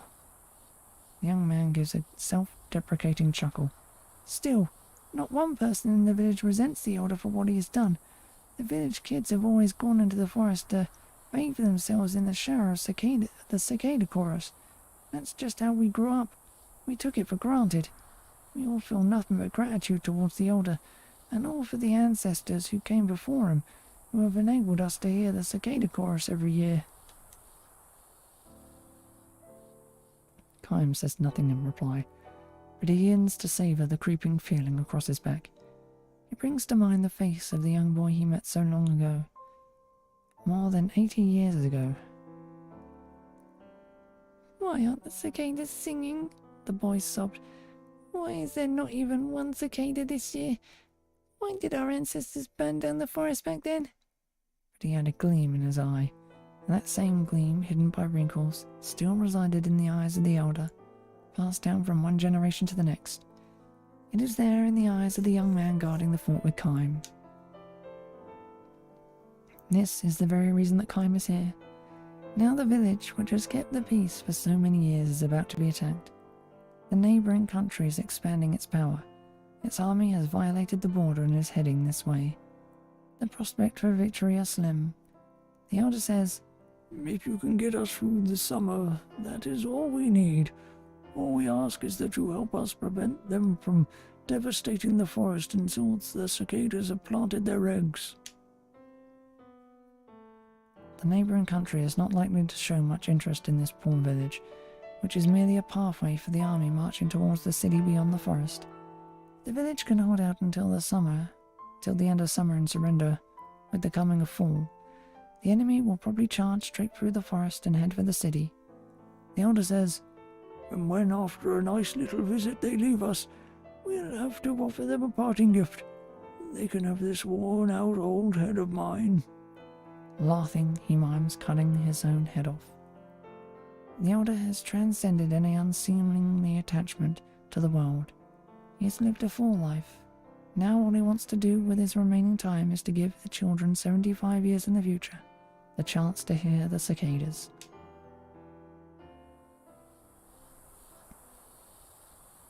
Tell me one thing, Kime says to the young man, bringing his sword close to hand. What's that? When you're grown up, will you be able to bet your life on a future that is still 75 years away? Why was that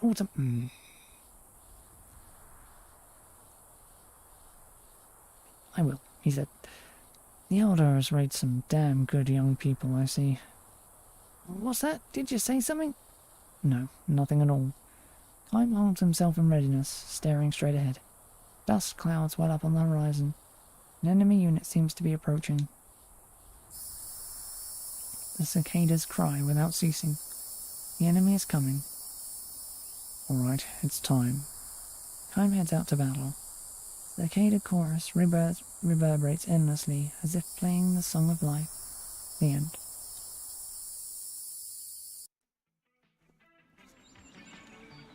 Do-do-do-do-do.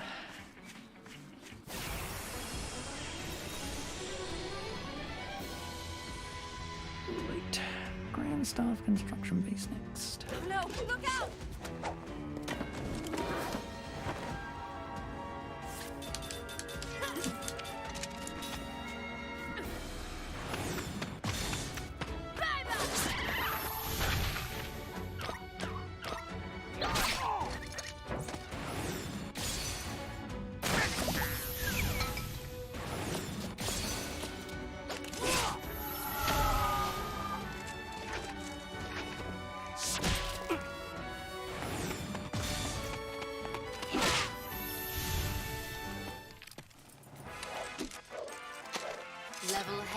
win battles.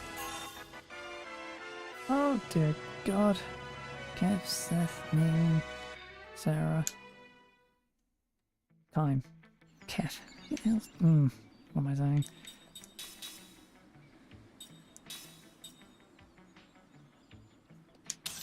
Bengal. Chillin'.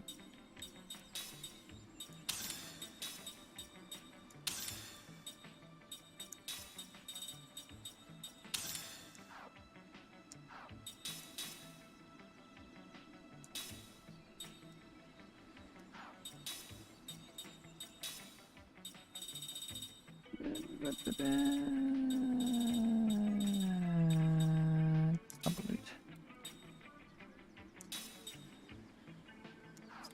Double gold.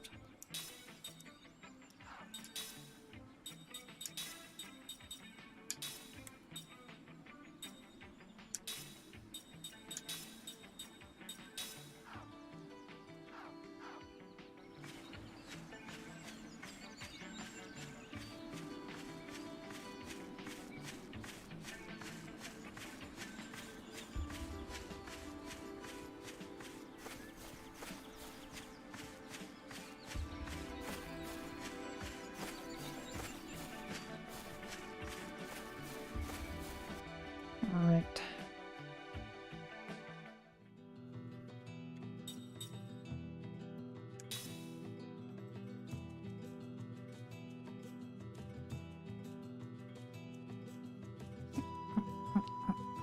Each year.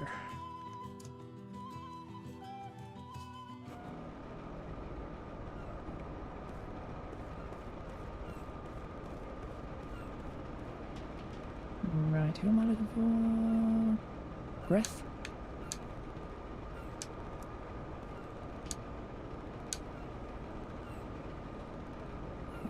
Off, yep, off.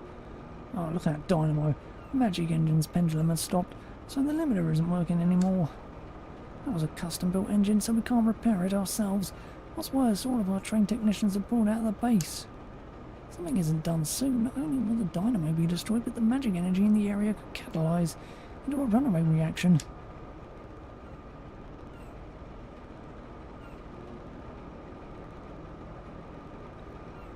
Runaway reaction, huh? That's bad, right? Ah, cool your jets. We just need to get that pendulum movement again, right? You can do that, Zed? Of course I can. Here, let me have a look.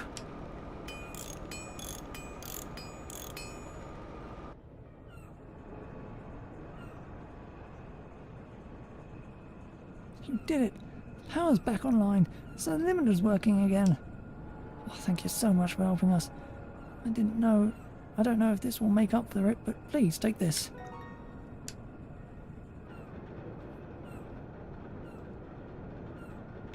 Do-do-do.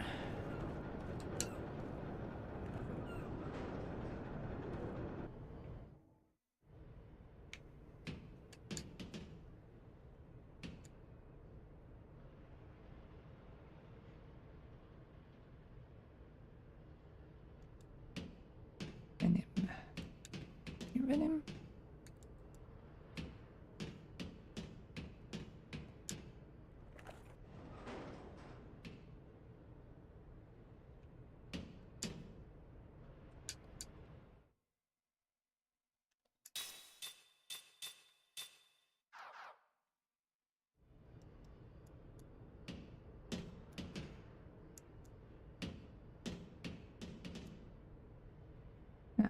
Damn, just as I feared.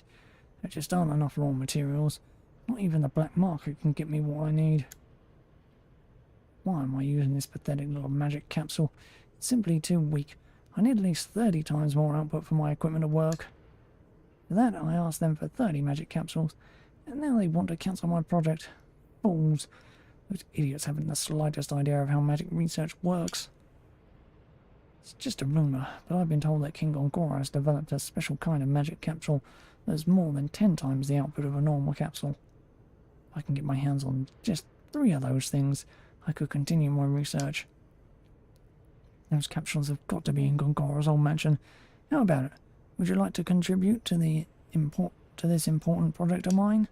If only I could get my hands on those magic capsules. Yep. Okay.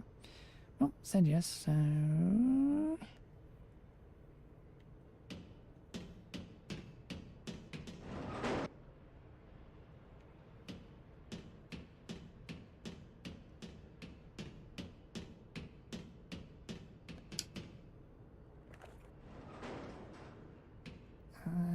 Lillian?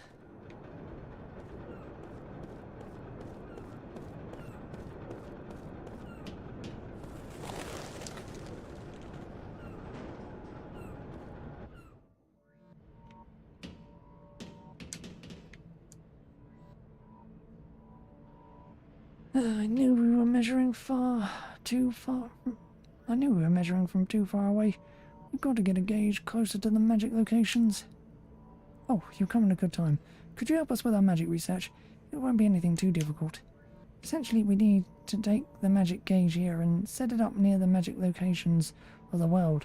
One such location lies atop the Epsilon Mountains. Other locations are said to be inside the Black Cave, by the frozen entrance to the Ice Canyon in Gosa, and in the ruins of the ancient Eastern tribe. Magic locations are areas where magic energy settles in high concentrations. You'll find them right away with the gauge. Once you do, just drop the gauge there and you're done. You'll be rewarded for your efforts, of course. Are you interested? Oh. Thank you very much. This will be a major breakthrough in our magic research. Here is your gauge. Let me know how you do. I'm stuck. Anything else here?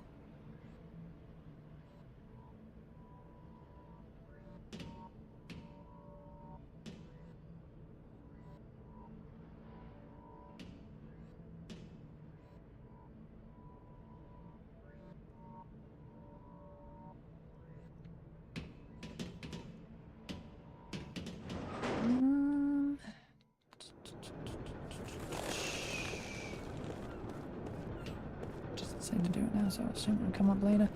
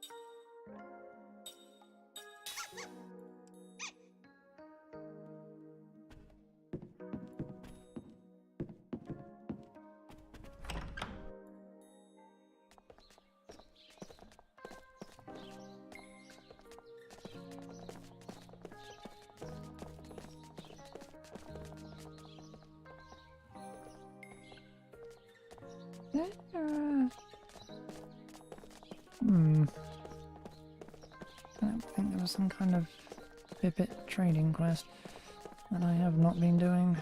Oh well.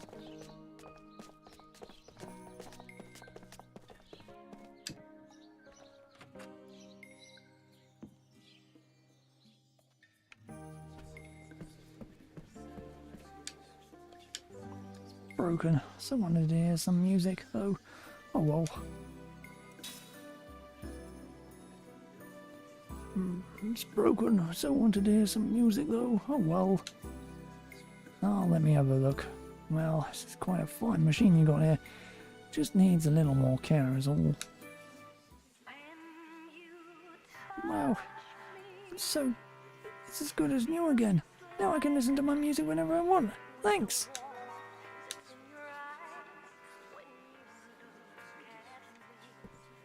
Doo-doo.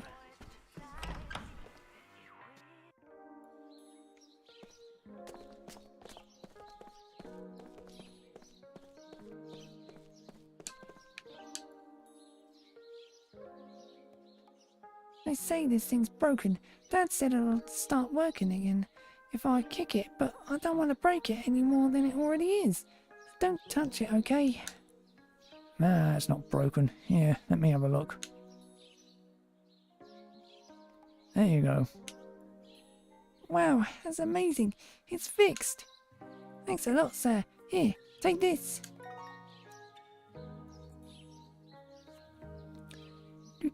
Do.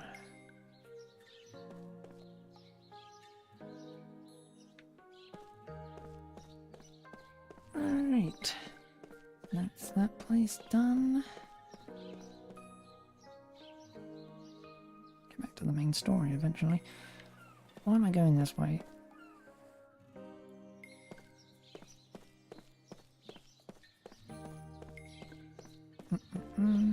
Guts there.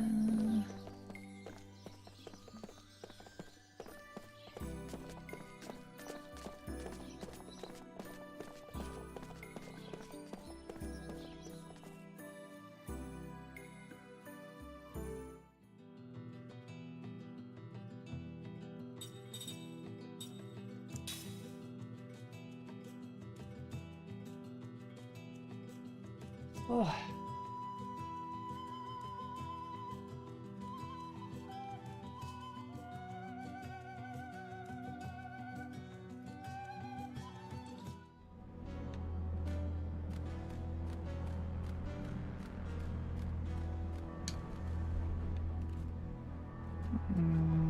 Jeg.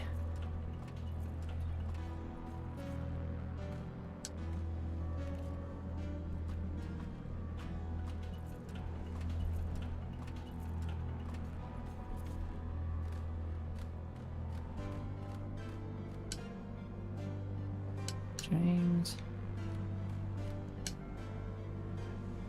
You know, you think about it. This nation's been fighting forever for one reason or another. Life may be comfortable here, but I bet it'd be a lot better if things would just settle down for a change. Speaking of peace, Namara is one good example of what I'm talking about. But even a peaceful nation like that was host to a band of pirates along its shores long ago. It's been said that they had a hideout in a seaside cavern. They were eventually caught, of course, but supposedly their treasure has still yet been discovered. Has yet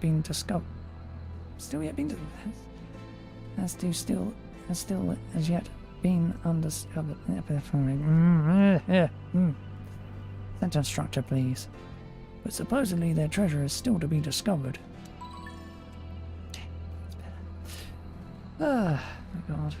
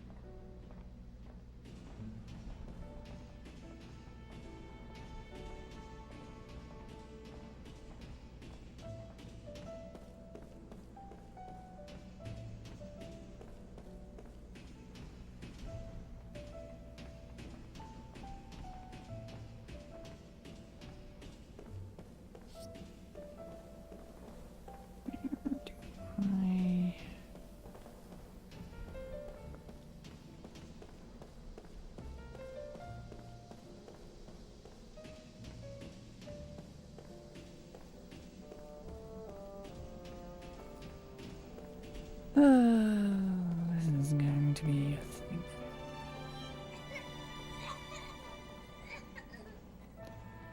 Are you alright? Do you feel any pain?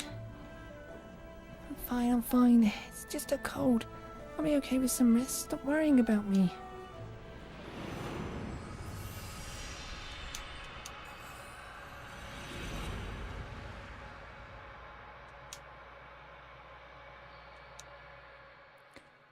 Another dream.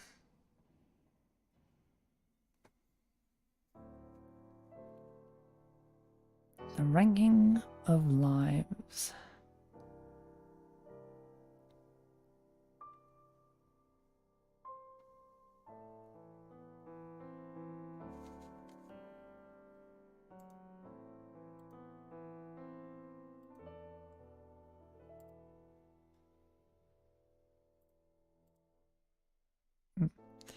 terrible epidemic is ravaging the kingdom. The onset of the disease is sudden. Due to genetic or perhaps hormonal factors, it strikes only males. The victim experiences a high fever, a violent headache, and often a swift death.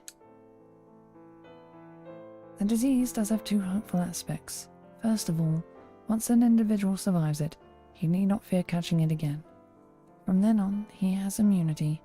Secondly, an extremely effective medicine exists. If used preventatively, or in the initial stages of the disease, the drug, a tablet made primarily from a plant that grows up in the mountains, almost always results in a cure. Does this mean people can relax, and that there is no need to worry? Unfortunately not. For an ironic twist of fate is something that life tends to thrust upon people all too often. The high-altitude plant used to make the medicine that is so effective in prevention, an early cure, is extremely rare, verging on extinction. In other words, there is not enough medicine for all the kingdom's subjects, only for certain people.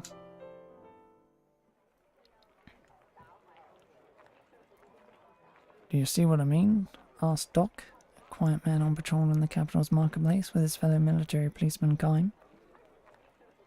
Sending his sharp gaze down one alley after another, Kime responds, "You're saying they rank people to decide who gets the medicine?" "Exactly," says Doc. "In deciding the ranking order, they brand us as either subjects, indispensable to the nation, or other subjects. Capital military policemen will receive their medicine relatively early, which demonstrates their ranking as subjects indispensable to the nation." That's whatever. "I guess that makes sense," Doc goes on. "If all of us were to keel over, order in the capital would break down like nothing. We always have to be the picture of health as we patrol the city, right, Kime? For the sake of the homeland, as they say." "I suppose so. First the royal family gets the medicine, then the royal guards, third come the politicians, and then the financiers who run the country's economy, the police, the firemen, doctors, and finally us, the capital military police. There's not enough to give it to just anybody."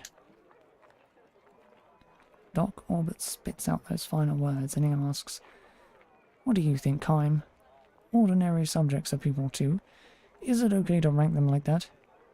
In theory, Kime should be able to reply without hesitation that of course it is not okay. But realistically speaking, he says, "There's no way around it." He averts his gaze from Doc's as he hears himself saying these words. "No way around it, huh?" he mutters with obvious distaste. "Maybe you're right. Maybe there is no way around it." It sounds as if he is trying to convince himself. In fact, it does seem to be the only means to open to them. "The folks here in the marketplace know about the disease, obviously." "The folks in the marketplace know about the disease, obviously." "Obviously," answers Doc. "Their fears get the better of them. They could riot at any time." "Absolutely. We can just manage to keep the peace by patrolling the streets like this." "I know what you mean. We were to succumb to the disease, their lives would be put all the more at risk. If we can't dose every subject in the kingdom, all we can do is think about how best to keep the harm on the impact of the disease to an absolute minimum." "Couldn't have said it better myself, Kime. You get a perfect score. Good job." His words of praise carry obvious barbs. Sensing their presence, Kime falls silent. Underlying Doc's sharp comment is not only the pain of biting sarcasm, but the sorrow of helplessness. Two children, a boy and a younger girl, run past the men laughing. Dressed in rags, they have probably come from the slums behind the market to gather scraps or vegetables. Little better than garbage. Doc points to their receding forms and says, "I'd like to ask you a question, Kime." "All right.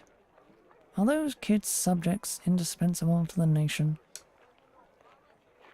Kime has no answer for him, because he knows the right answer all too well. He can only gaze into silence. Responding to Kime's silence with a bitter smile, Doc goes on. "According to your logic, Kime, if those kids fall sick and die, there's no way around it. Or at least, Capital police like us have a greater right to the medicine than those kids do. Am I right, Kime? Isn't that what you're saying? Kime could hardly declare that he was wrong. Responding again to Kime's silence, Doc says, "Now, don't misunderstand me. I'm not attacking you.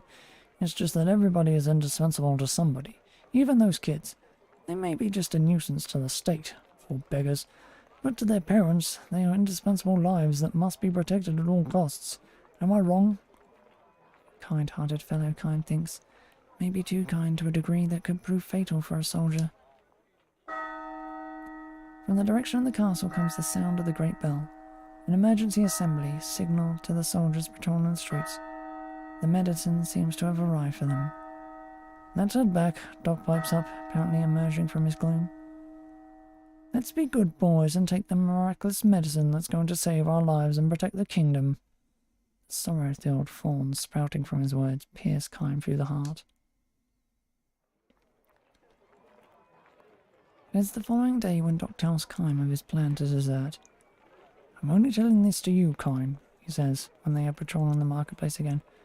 "I know the punishment for desertion is harsh. I'm not sure I can make it all the way, and if I'm caught, I know I'll be court-martialed and executed." He has resigned himself to that possibility, he says, which is why he wants to make sure that Kime knows the purpose of his desertion. "I'm not betraying the country or the army. I just have to deliver this." In his open palm lies the tablet that he was issued the day before. "You didn't take it?" Kime asks, shocked. "No, I fooled them," chuckles, immediately turning serious again and closing his hand. "You're going to deliver this tablet?" "Uh-huh." Doc holds out his hand now, pointing towards the mountains south of the capital. "At the foot of those mountains is the village where I was born. My wife and son are there. He's just 5 years old and he's been sickly since the day he was born. If he gets the disease, it's all over for him." "So you're going to give him the medicine?" "Do you think it's wrong of me to do that?" Transfixed by Doc's stare, Kime is at a loss for words. Suddenly, the gentle Doc's eyes betray a murderous gleam. "I may be a soldier dedicated to protecting this nation, but before that I'm a father of a son, and before that I'm a human being. I don't give a damn about the kingdom's ranking of lives according to whether or not they are indispensable. I want to save the life of one human being who is indispensable to me." Doc's eyes take on added strength. They are bloodshot now, clear proof of his resolve. "If I leave now, I can be back in the barracks by roll call tomorrow morning. I'll leave home as soon as I give him the medicine. So I'm asking you to do this for me. Do me this one favor. Don't cause any commotion until then." "No, of course not, but I'm not sure I can make it. But I am sure my boy will die if I just stay here. I'll pull through if he has the medicine. There's even the slightest possibility that I have no choice. I have to take a chance." "They'll kill you if they catch you." "I don't care. I can die with pride knowing I did it to save the life of the one person most important to me." "And what if you get sick?" "All I can do is leave it up to fate." Doc smiles. "Human beings can't do anything about fate. But I do want to do..." "Human beings can't do anything about fate, but I do want to do everything I can as a human being." This is why Doc has revealed his plan to Kime. "One more thing, Kime. If they kill me or I get sick and die, I hope I can depend on you to visit my village sometime and tell my wife and son what happened. Make sure they know that I didn't desert because I got fed up with the army. I did it to save my son's life, which is something that is way more important to me than the army rules, and even more important than my own life." "He will be satisfied as long as that message gets through," he says with a smile. Kime has no way to reply to this. Not that Kime fully accepts everything Doc has said to him. He is convinced not so much by the man's reasoning as he is overwhelmed by something that transcends reasoning, by the power of life, by the strength and depth of Doc's desire to save a life precisely because it is something that will eventually be cut off by death.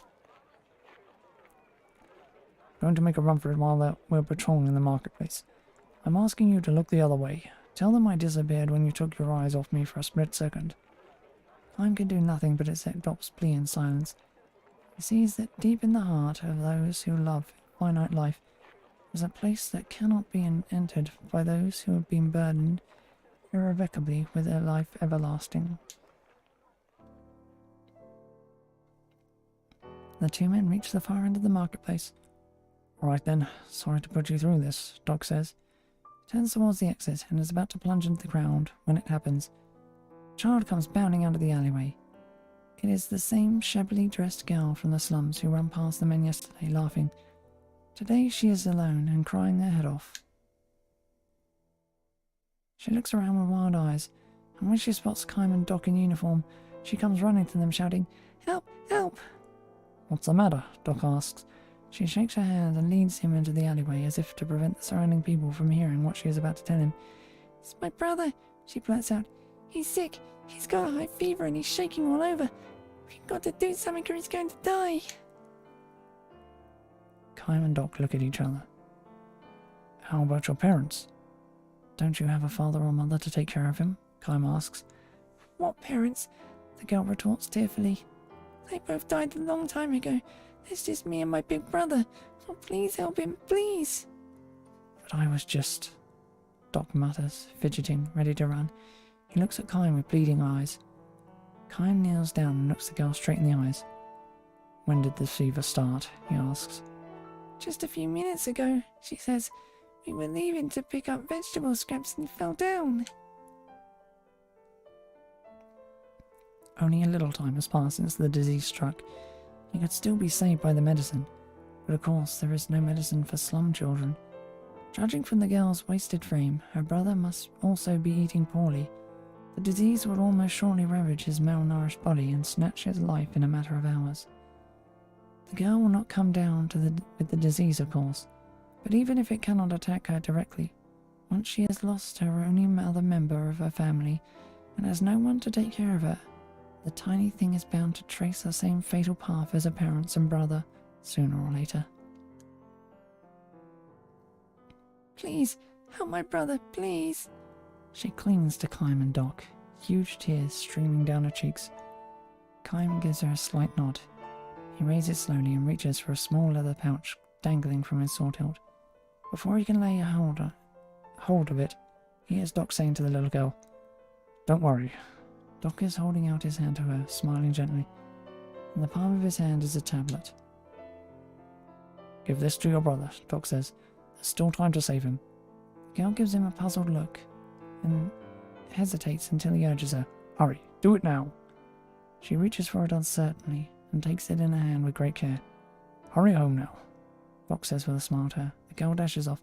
"Thank you, thank you, thank you." Her shrill, tearful voice rings out as she disappears into the alleyway. "Glad it worked out like this, Kime," Doc says with a shrug and a pained smile. "So now I won't be branded a deserter, and I won't have to give you anything to worry about. No, this is a good thing." It sounds as if he is trying to convince himself. He even nods deeply in agreement. Surely he cannot have done this without regrets, especially if his son is at home. If his son at home should take sick and die. His voice is calm, however, as he says, "I couldn't help it. When I saw that little girl crying like that, I know my son will understand." He gives himself another deep nod. "Still, Doc. Never mind, don't say a thing." Doc cuts him off with a squint toward the alleyway the girl ran down. "There's absolutely no rank or water to lives. The only thing that matters is to save a life you see with your own two eyes." "Know what you mean," says Kime. "Just because I saved one slum kid's life, there's no guarantee he'll grow up to be a credit to the nation. Maybe all I succeeded in doing was prolonging the life of yet another drag on the state.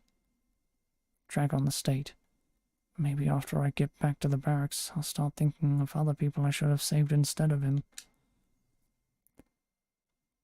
"On the other hand, Kime," he says, interrupting himself and turning to look at Kime as he considered it another possibility. "On the other hand, I look at it this way too. Maybe it is just a matter of innate human instinct to want to save the life before your eyes. Maybe we lean Maybe we learn those other kinds of ranking later. For the nation, or for the people, or even for my son.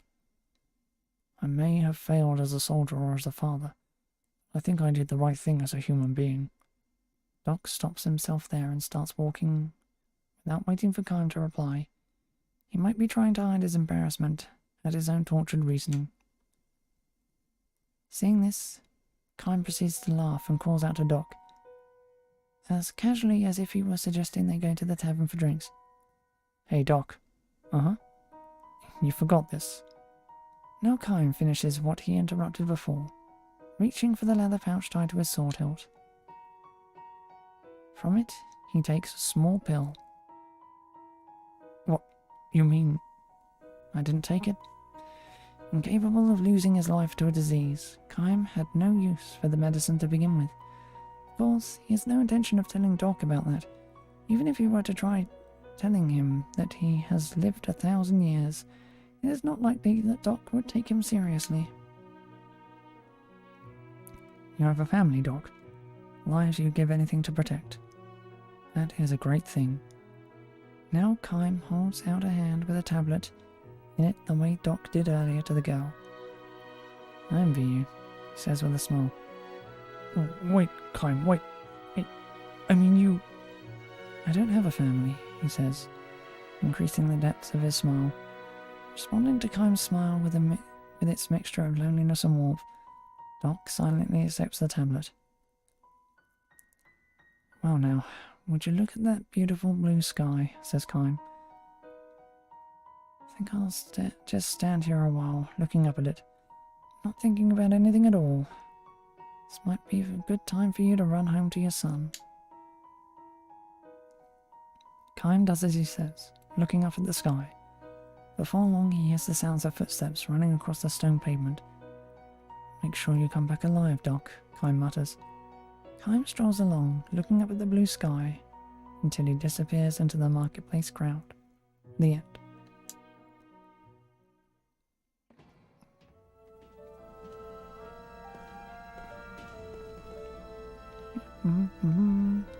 Right, who the hell was I looking for here anyway?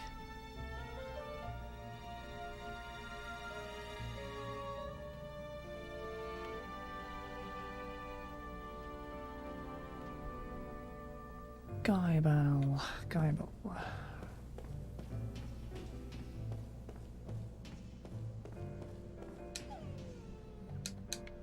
Box. Soft.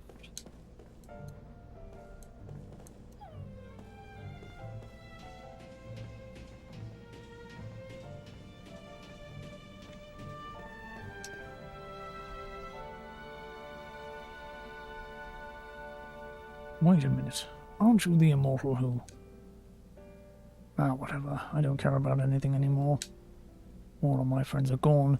This I stuck all those who didn't meet their ends in the highlands of Wall. If you really are an immortal, won't you go to the highlands of Wall and bring back the keepsake of the Kents? If I had that in hand, at least I could feel their deaths was worth something. What?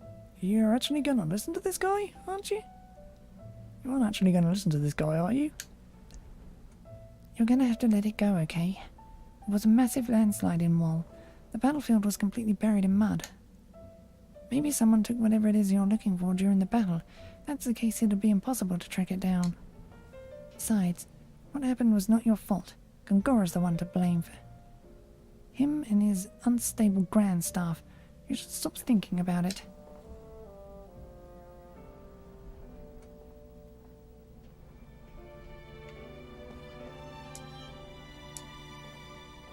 My friends in Wall, they don't even have a grave to call their own. I just had something to remember them by.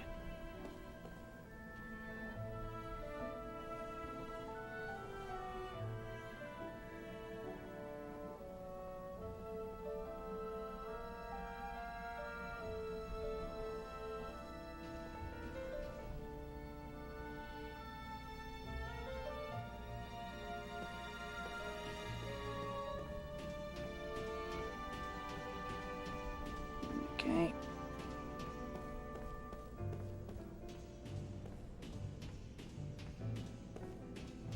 Back to Aha.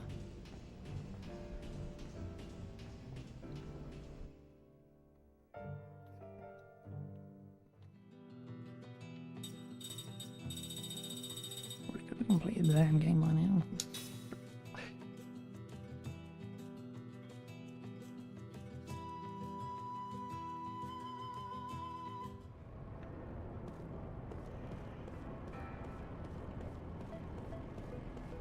One of these guys. Got mail from my family almost immediately after you delivered mine to them. Guess my dinner must have looked pretty pathetic, huh? Did you know about the landslide in the Highlands of Wall? I was talking with some grunts who went to investigate, but the way he put it, the battlefield's completely buried now. There's nothing left to investigate, he said. Everything's gone except for a few pieces of useless junk here and there. Funny to think this garbage is all that's left to tell the tale of the war tragedy. What they do with the junk? Well, he said they'd probably sell it off once the investigation's complete. That's the army for you, huh? It's mostly stuff like Kent military swords and broken magic weaponry. I told him that nobody'd want to buy that stuff. But you know Barkus, the guy who's got a shop in our city. My contact said he might buy it all up. I highly doubt Barkus would do that willingly, though.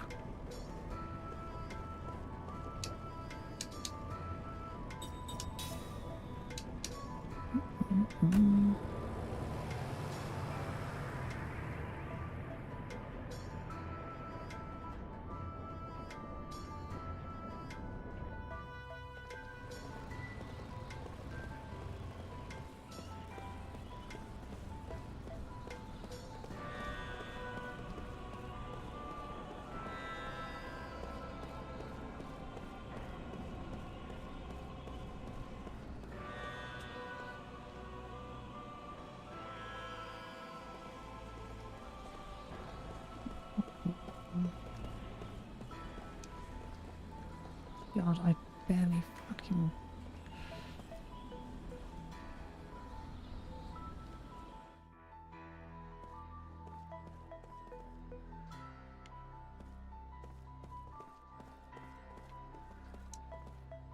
Broken Kent sword lies here. Pick it up.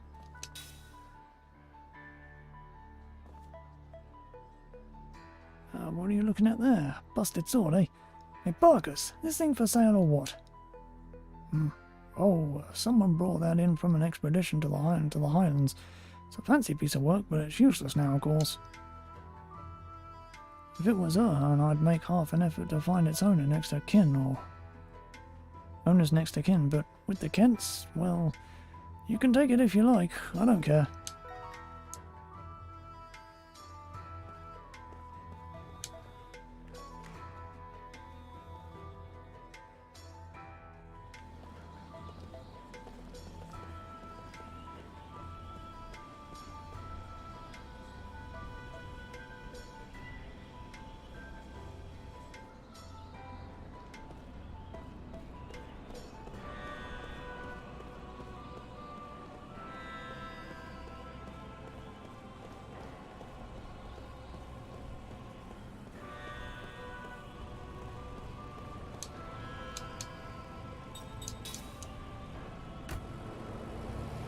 Oh, yeah.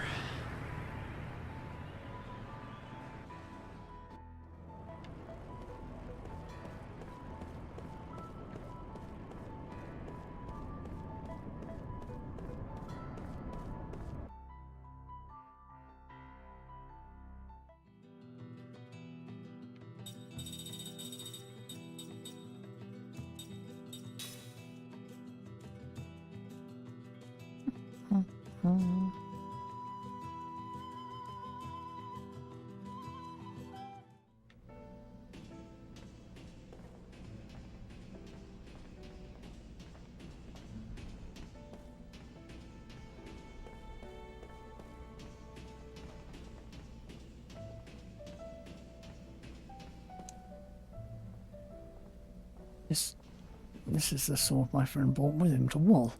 You actually found this for me. Listen, immortal. You killed my friends in the Wall Highlands. You ought to be my sworn enemy by normal standards. But we, the Kents, value friendship above all else. and I owe you a great debt for helping me commemorate my friends. So please, take this.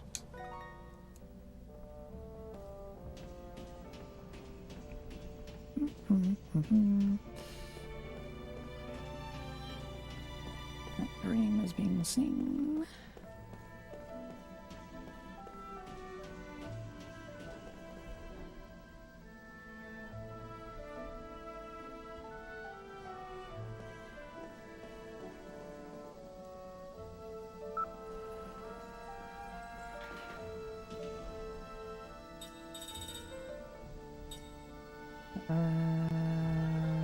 Okay.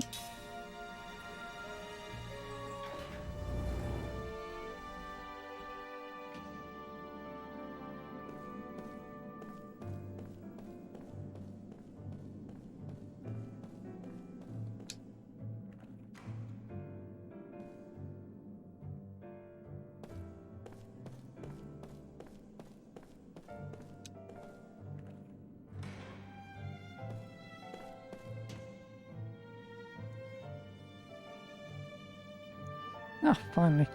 You aren't Goatson, are you? Well, what's past is the past, so please just buy whatever you like.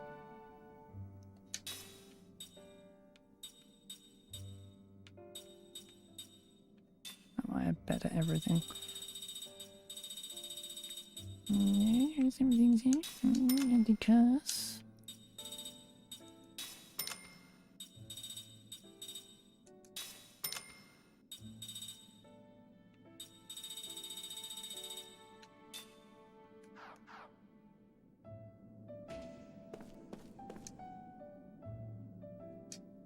Ugh, Guts has been decimated, and my sales volume is in the gutter.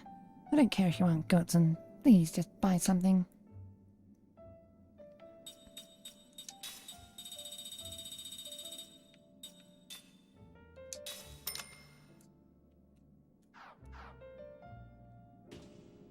What magic am I missing anyway? Spellbook. My god, I've got most of the white magic.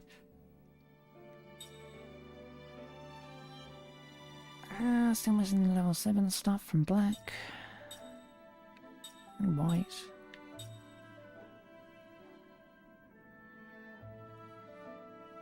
That, however, is a mess of a problem, so yeah.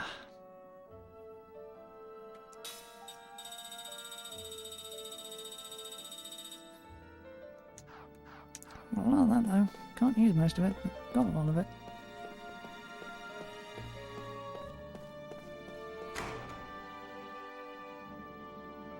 Right, anything else?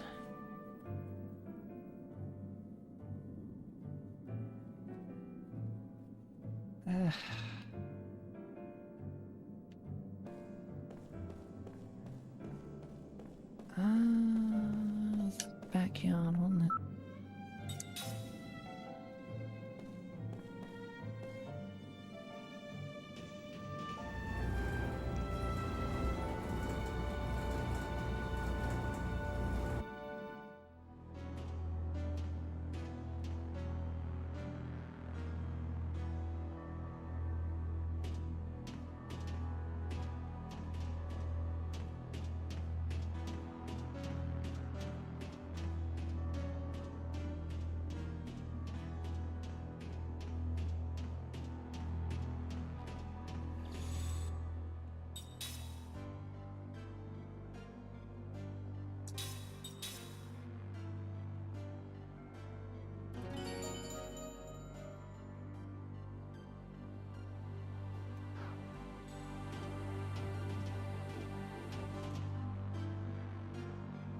Welcome to the backyard.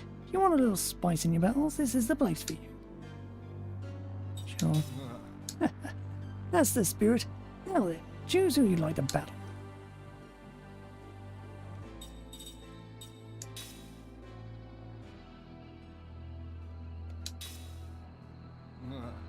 Alright, show me what you got.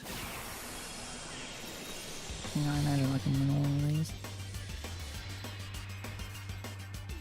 You want to fight or what?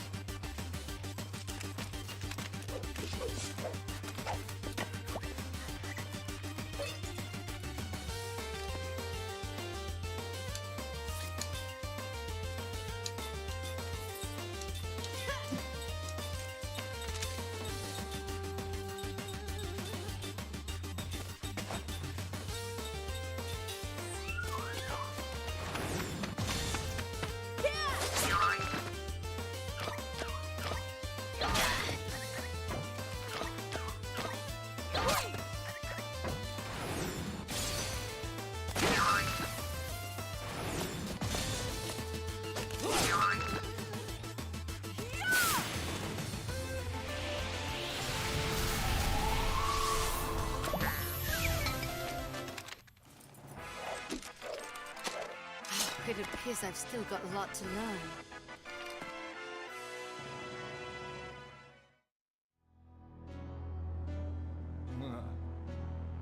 Well done. Congratulations. Here's your prize for winning. Take it.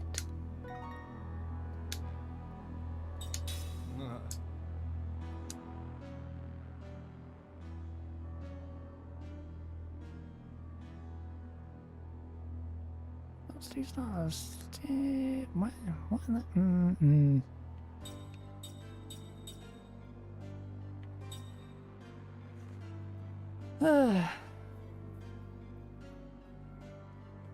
Magic. Oh my god, I know he's gonna do that one.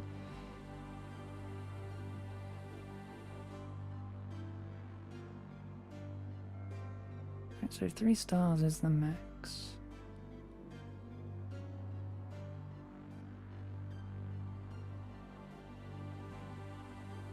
Oh, I get it.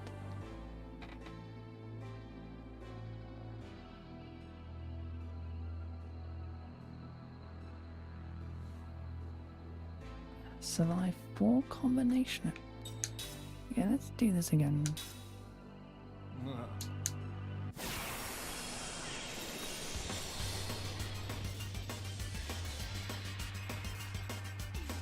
no! Look out!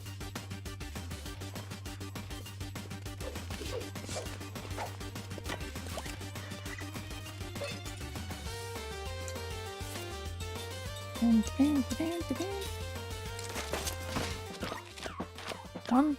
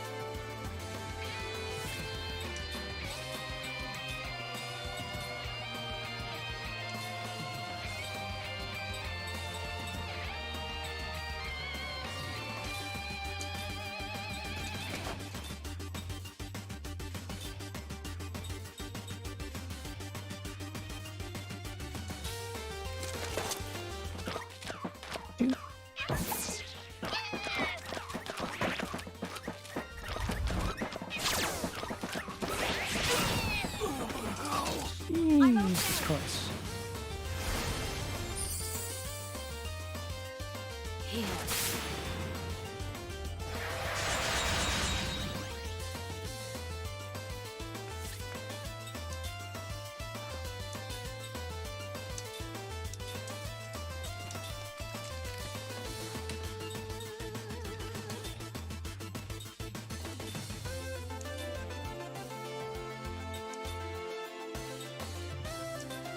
I'm actually having any magic that just, revives.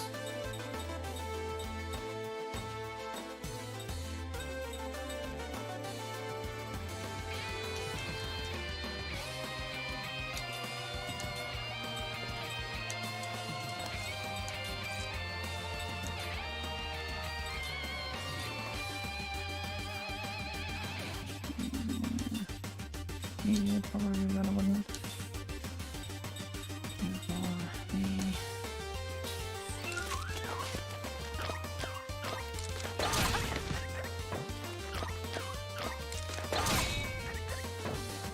I'm okay. Thanks.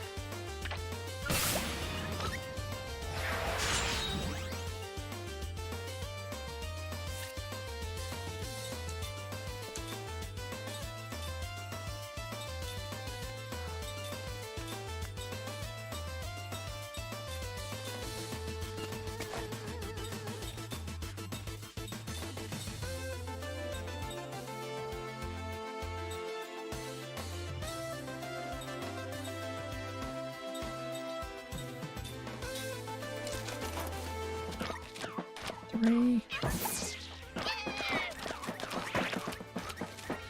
I don't know if I'm dying. That's his survival.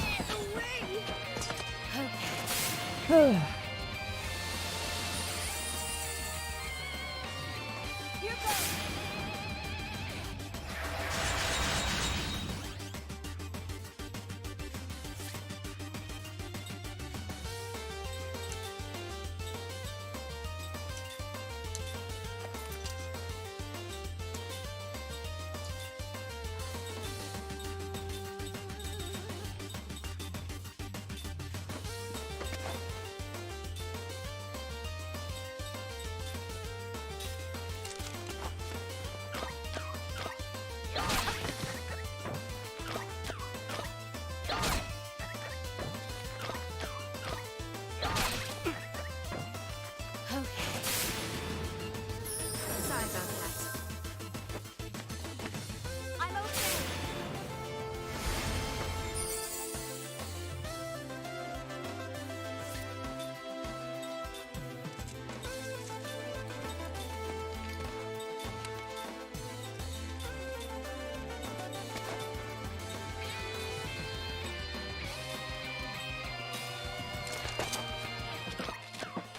That counts as 4 combination attacks. Been fucking brutal.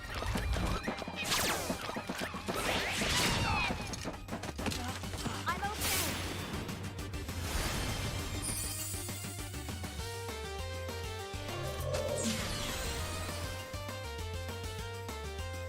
Okay.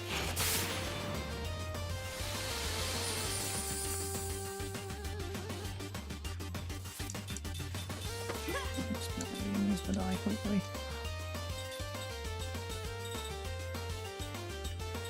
Just going to revive you for the shits and giggles.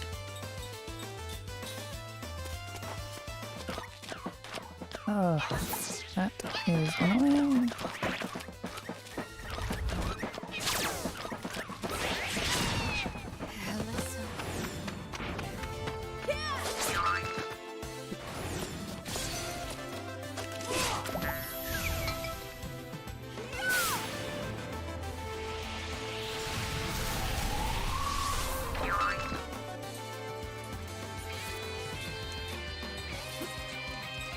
I'm just going to revive everyone just to spite you.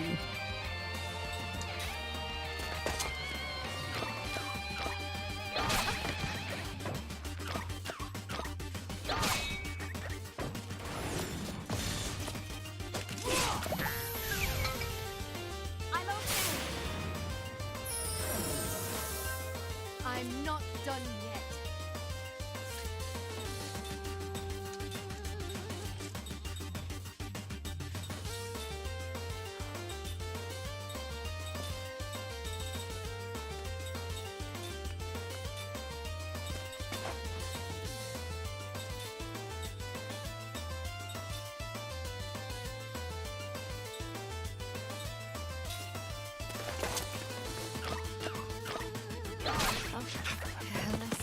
I'm okay. Piece of shit. Need to not do that.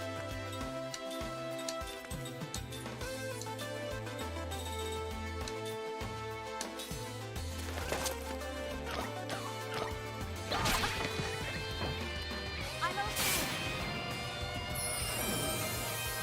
I saw the other side.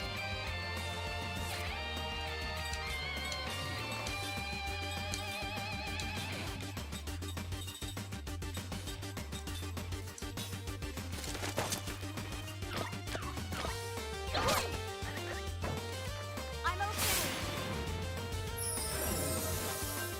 I'm not done yet.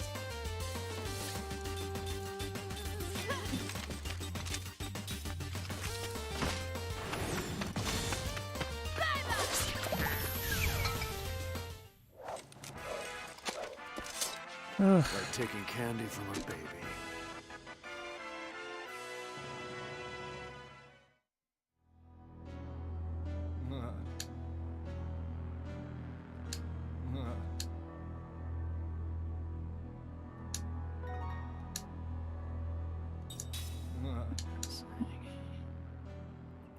Yep, 3 stars. Okie doke.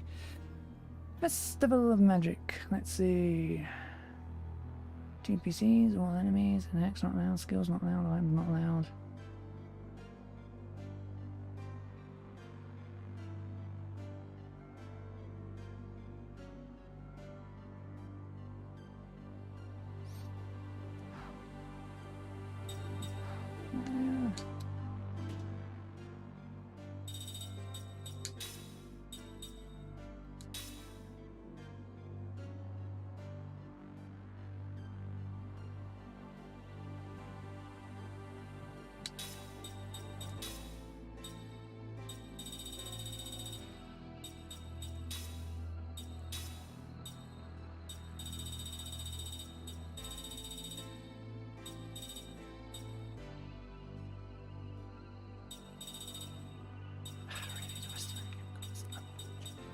Oh my god.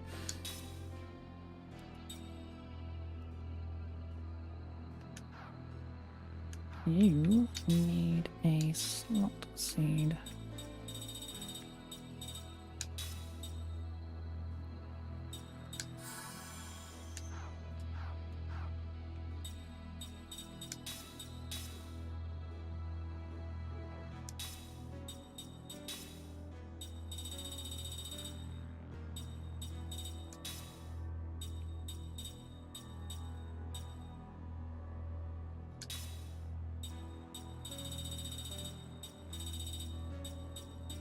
Level 2 composite, okay.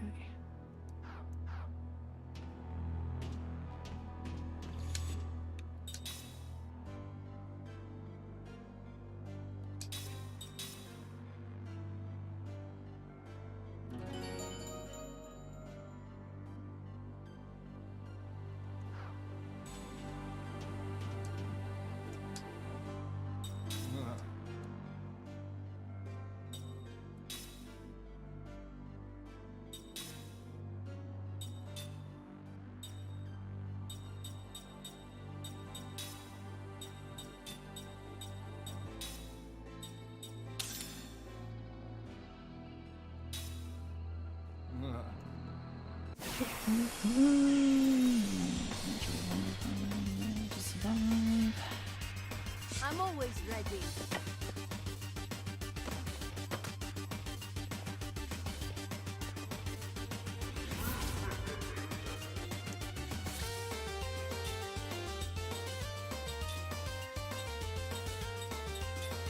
Terrible.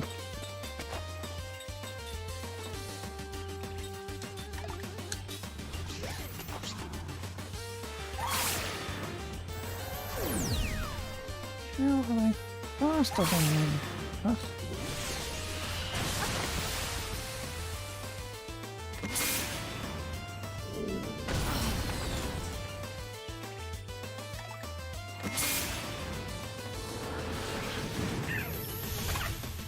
Dark power of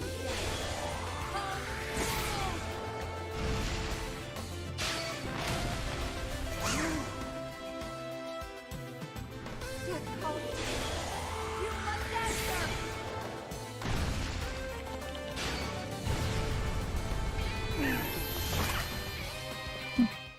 I did it! A perfect battle!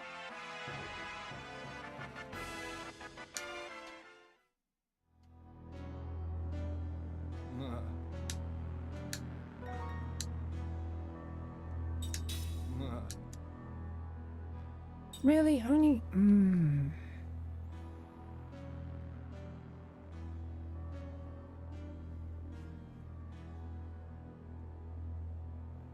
Fuck does that mean? Defeat all enemies with your chance.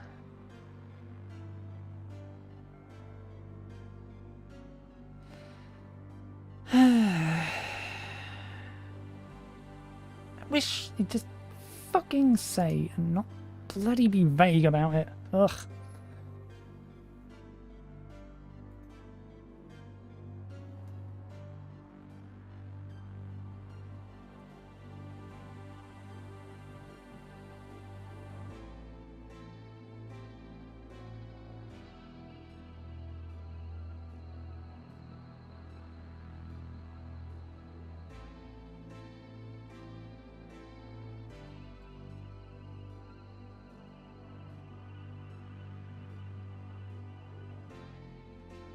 Fucking say.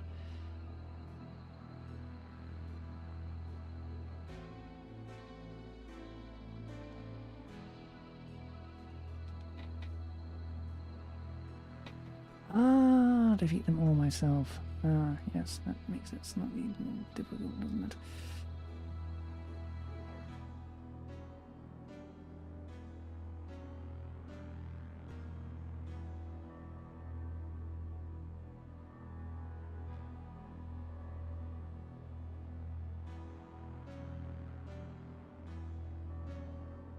Okay. That's a valid strategy. Makes no fucking sense, but whatever.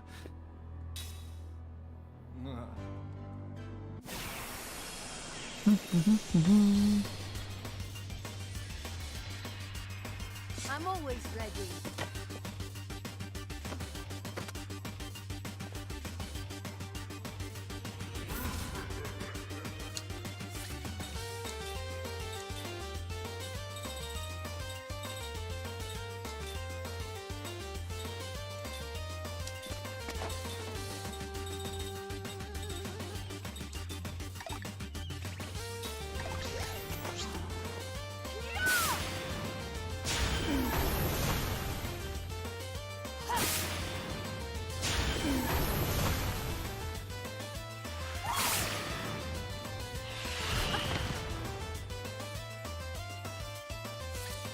That works better.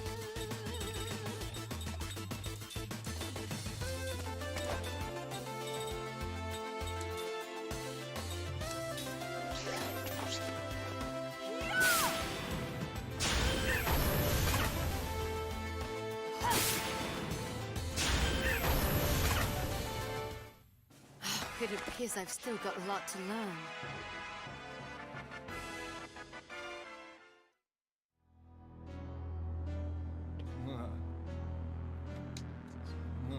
Okay.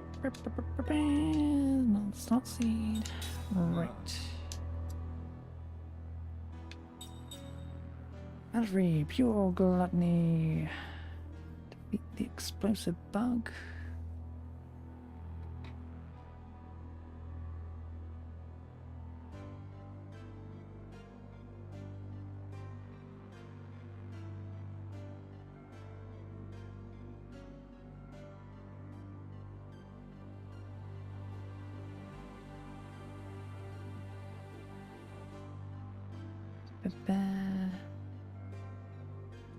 Let each bug use prey 3+ times.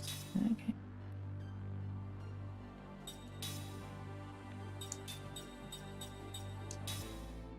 Can I have a full goddamn party again? Yes.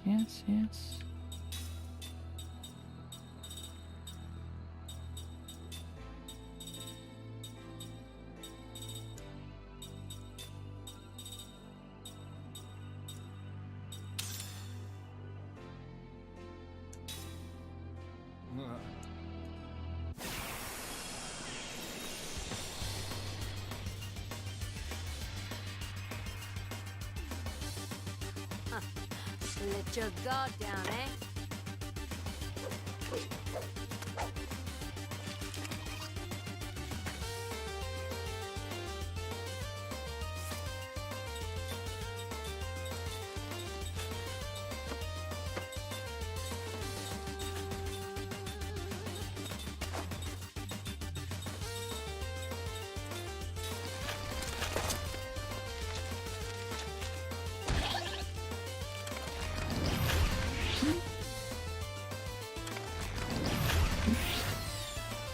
On each, actually.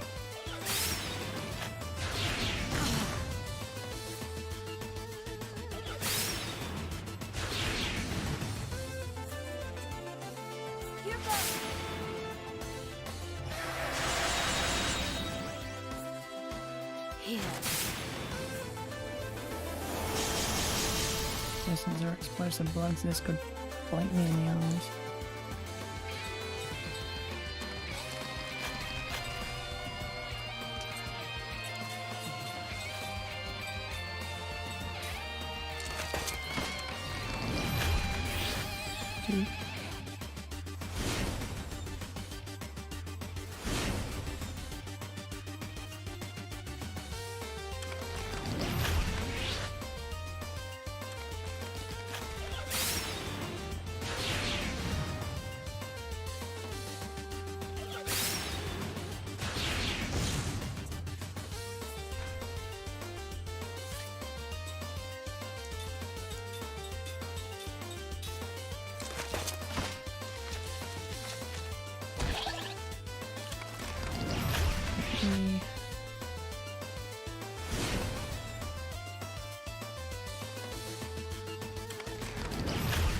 Okay.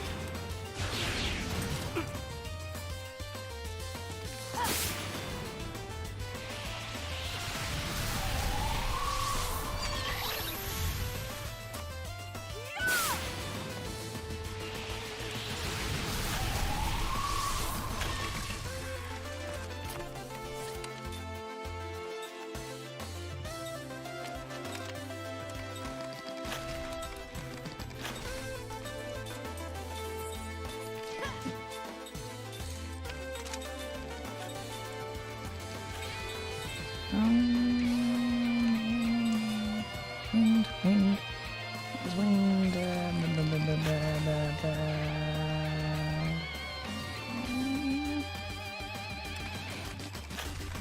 Fire.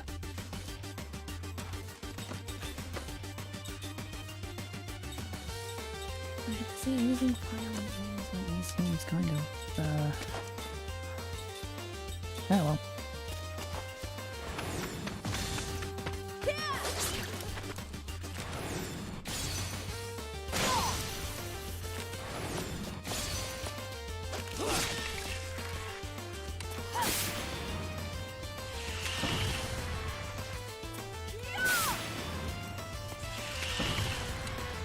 Really? Oh my god almighty.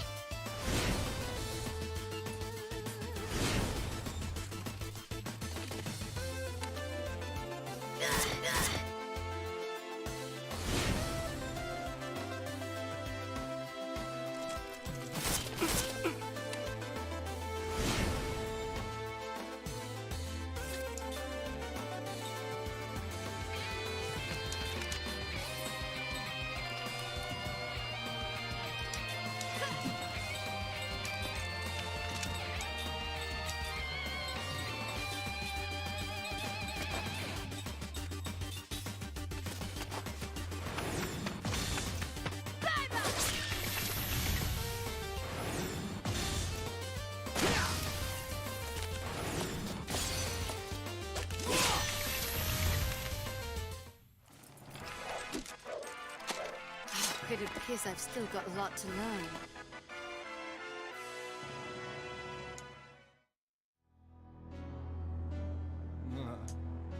And congratulations, 10 power drinks, all the way close. Yep, neat. Okay, 2 eyeballs. Within 10 turns, probably be able to do that easily.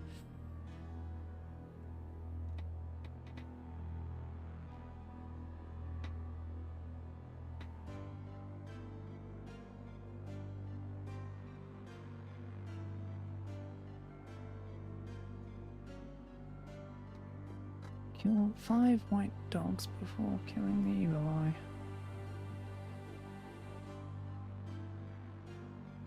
Okay.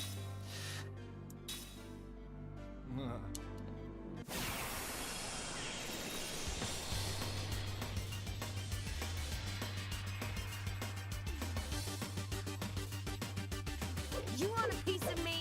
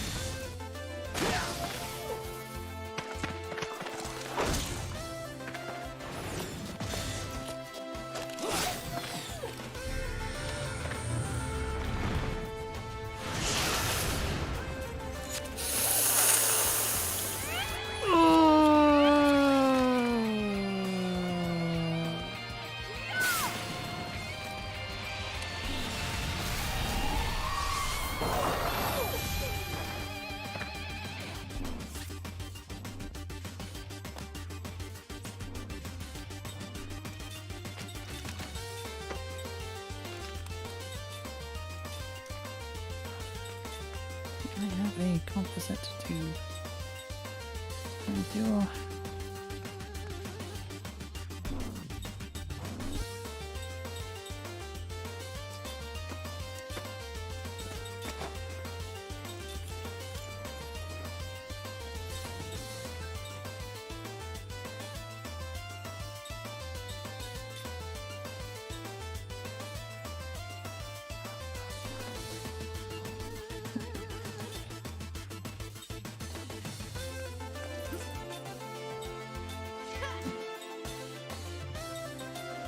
And the composite.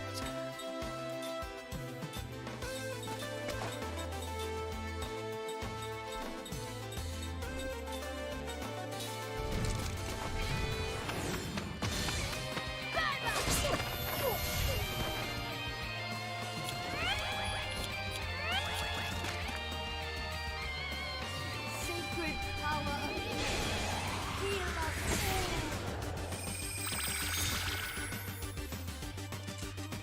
Miraculous light of healing.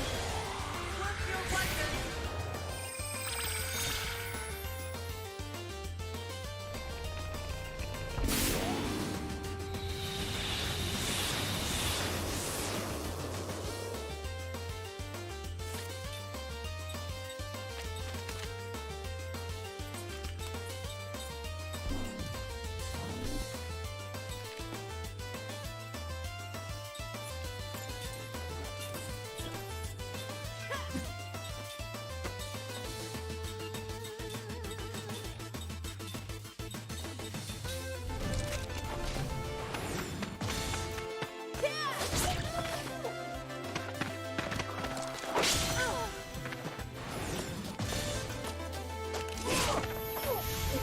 Little buggers.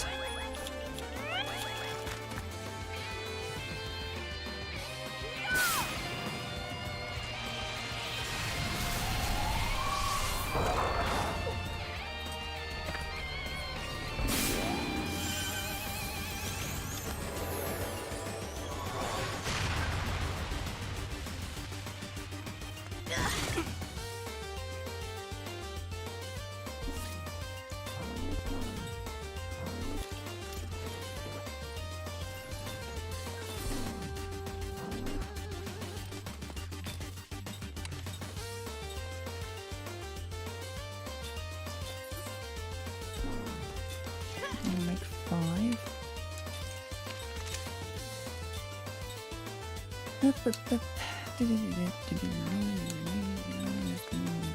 And make them sure. And 5.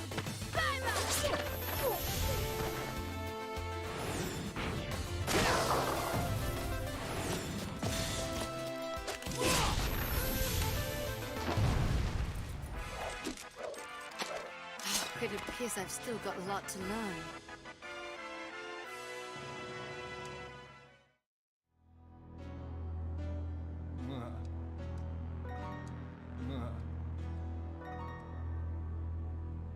Right. Just leave our little puppet master. Defeat the puppet master and spare the controlled one. And win within 10 turns.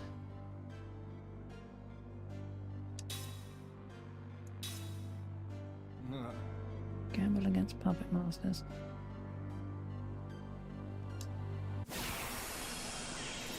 Let themselves use break hit.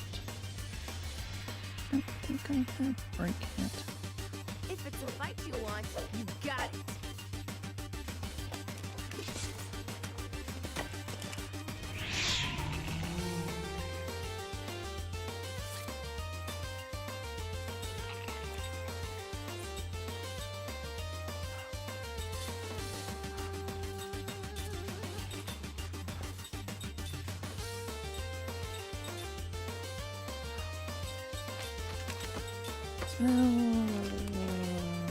Spirit.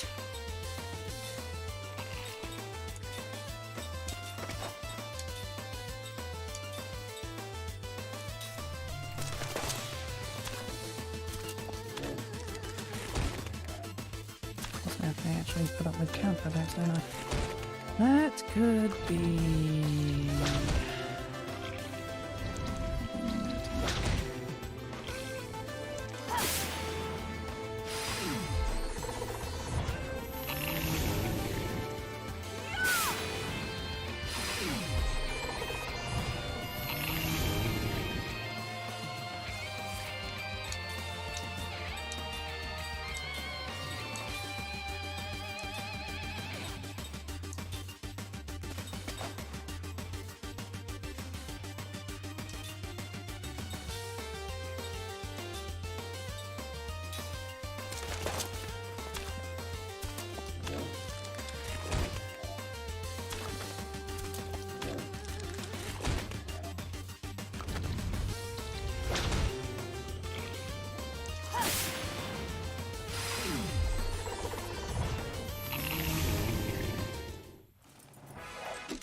That was Looks like I still have work to ridiculously do. easy.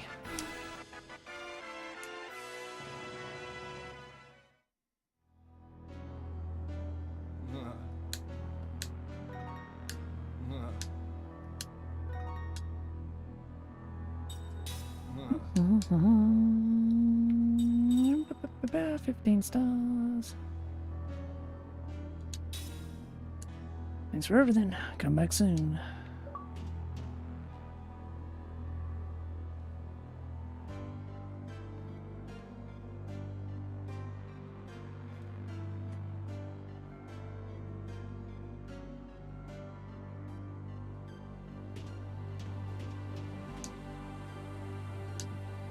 You need to do your research to get the most out of battles. It's no fun if you don't know the rules.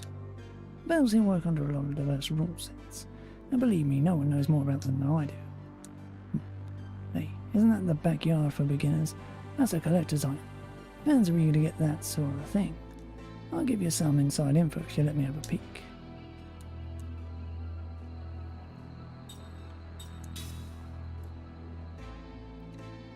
Can't keep a good winning streak going without equally good information. Let me know if you need any more help. Just can't get enough of reading Backyard for Beginners. With that book in hand, I'll have complete knowledge about the backyard. Oh, you're a group of challengers. Well, that's a surprise. You got some stars after battle, right? Earn 5 of those and you can exchange them for items. Let's see if you have enough stars yet. Yes, this should be enough stars for an item. Here's what you can choose from. What do you want?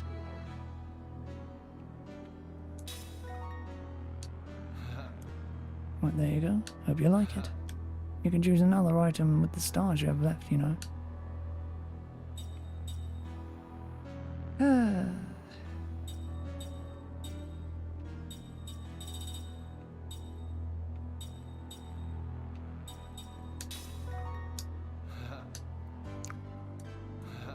Yep. Another item. Oh, there you go. Hope you like it. You got some nice stuff here, huh? You know, its target is 20 stars, so come back when you have them. It's been a while since this is the maximum we can get in the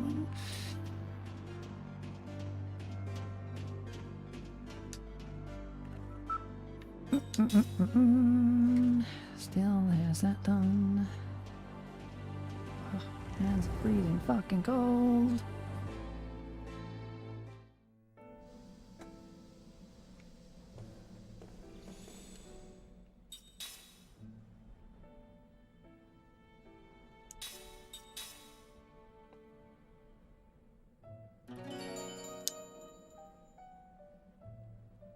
Anyway, that's 3 hours. I'm still keeping to my 3-hour limit for now. So, next up is the refugee camp, so still wasn't able to do that damn run to the frickin' dinner bell thing. But anyway, that will be all for now. And we'll be back tomorrow with more. Bye.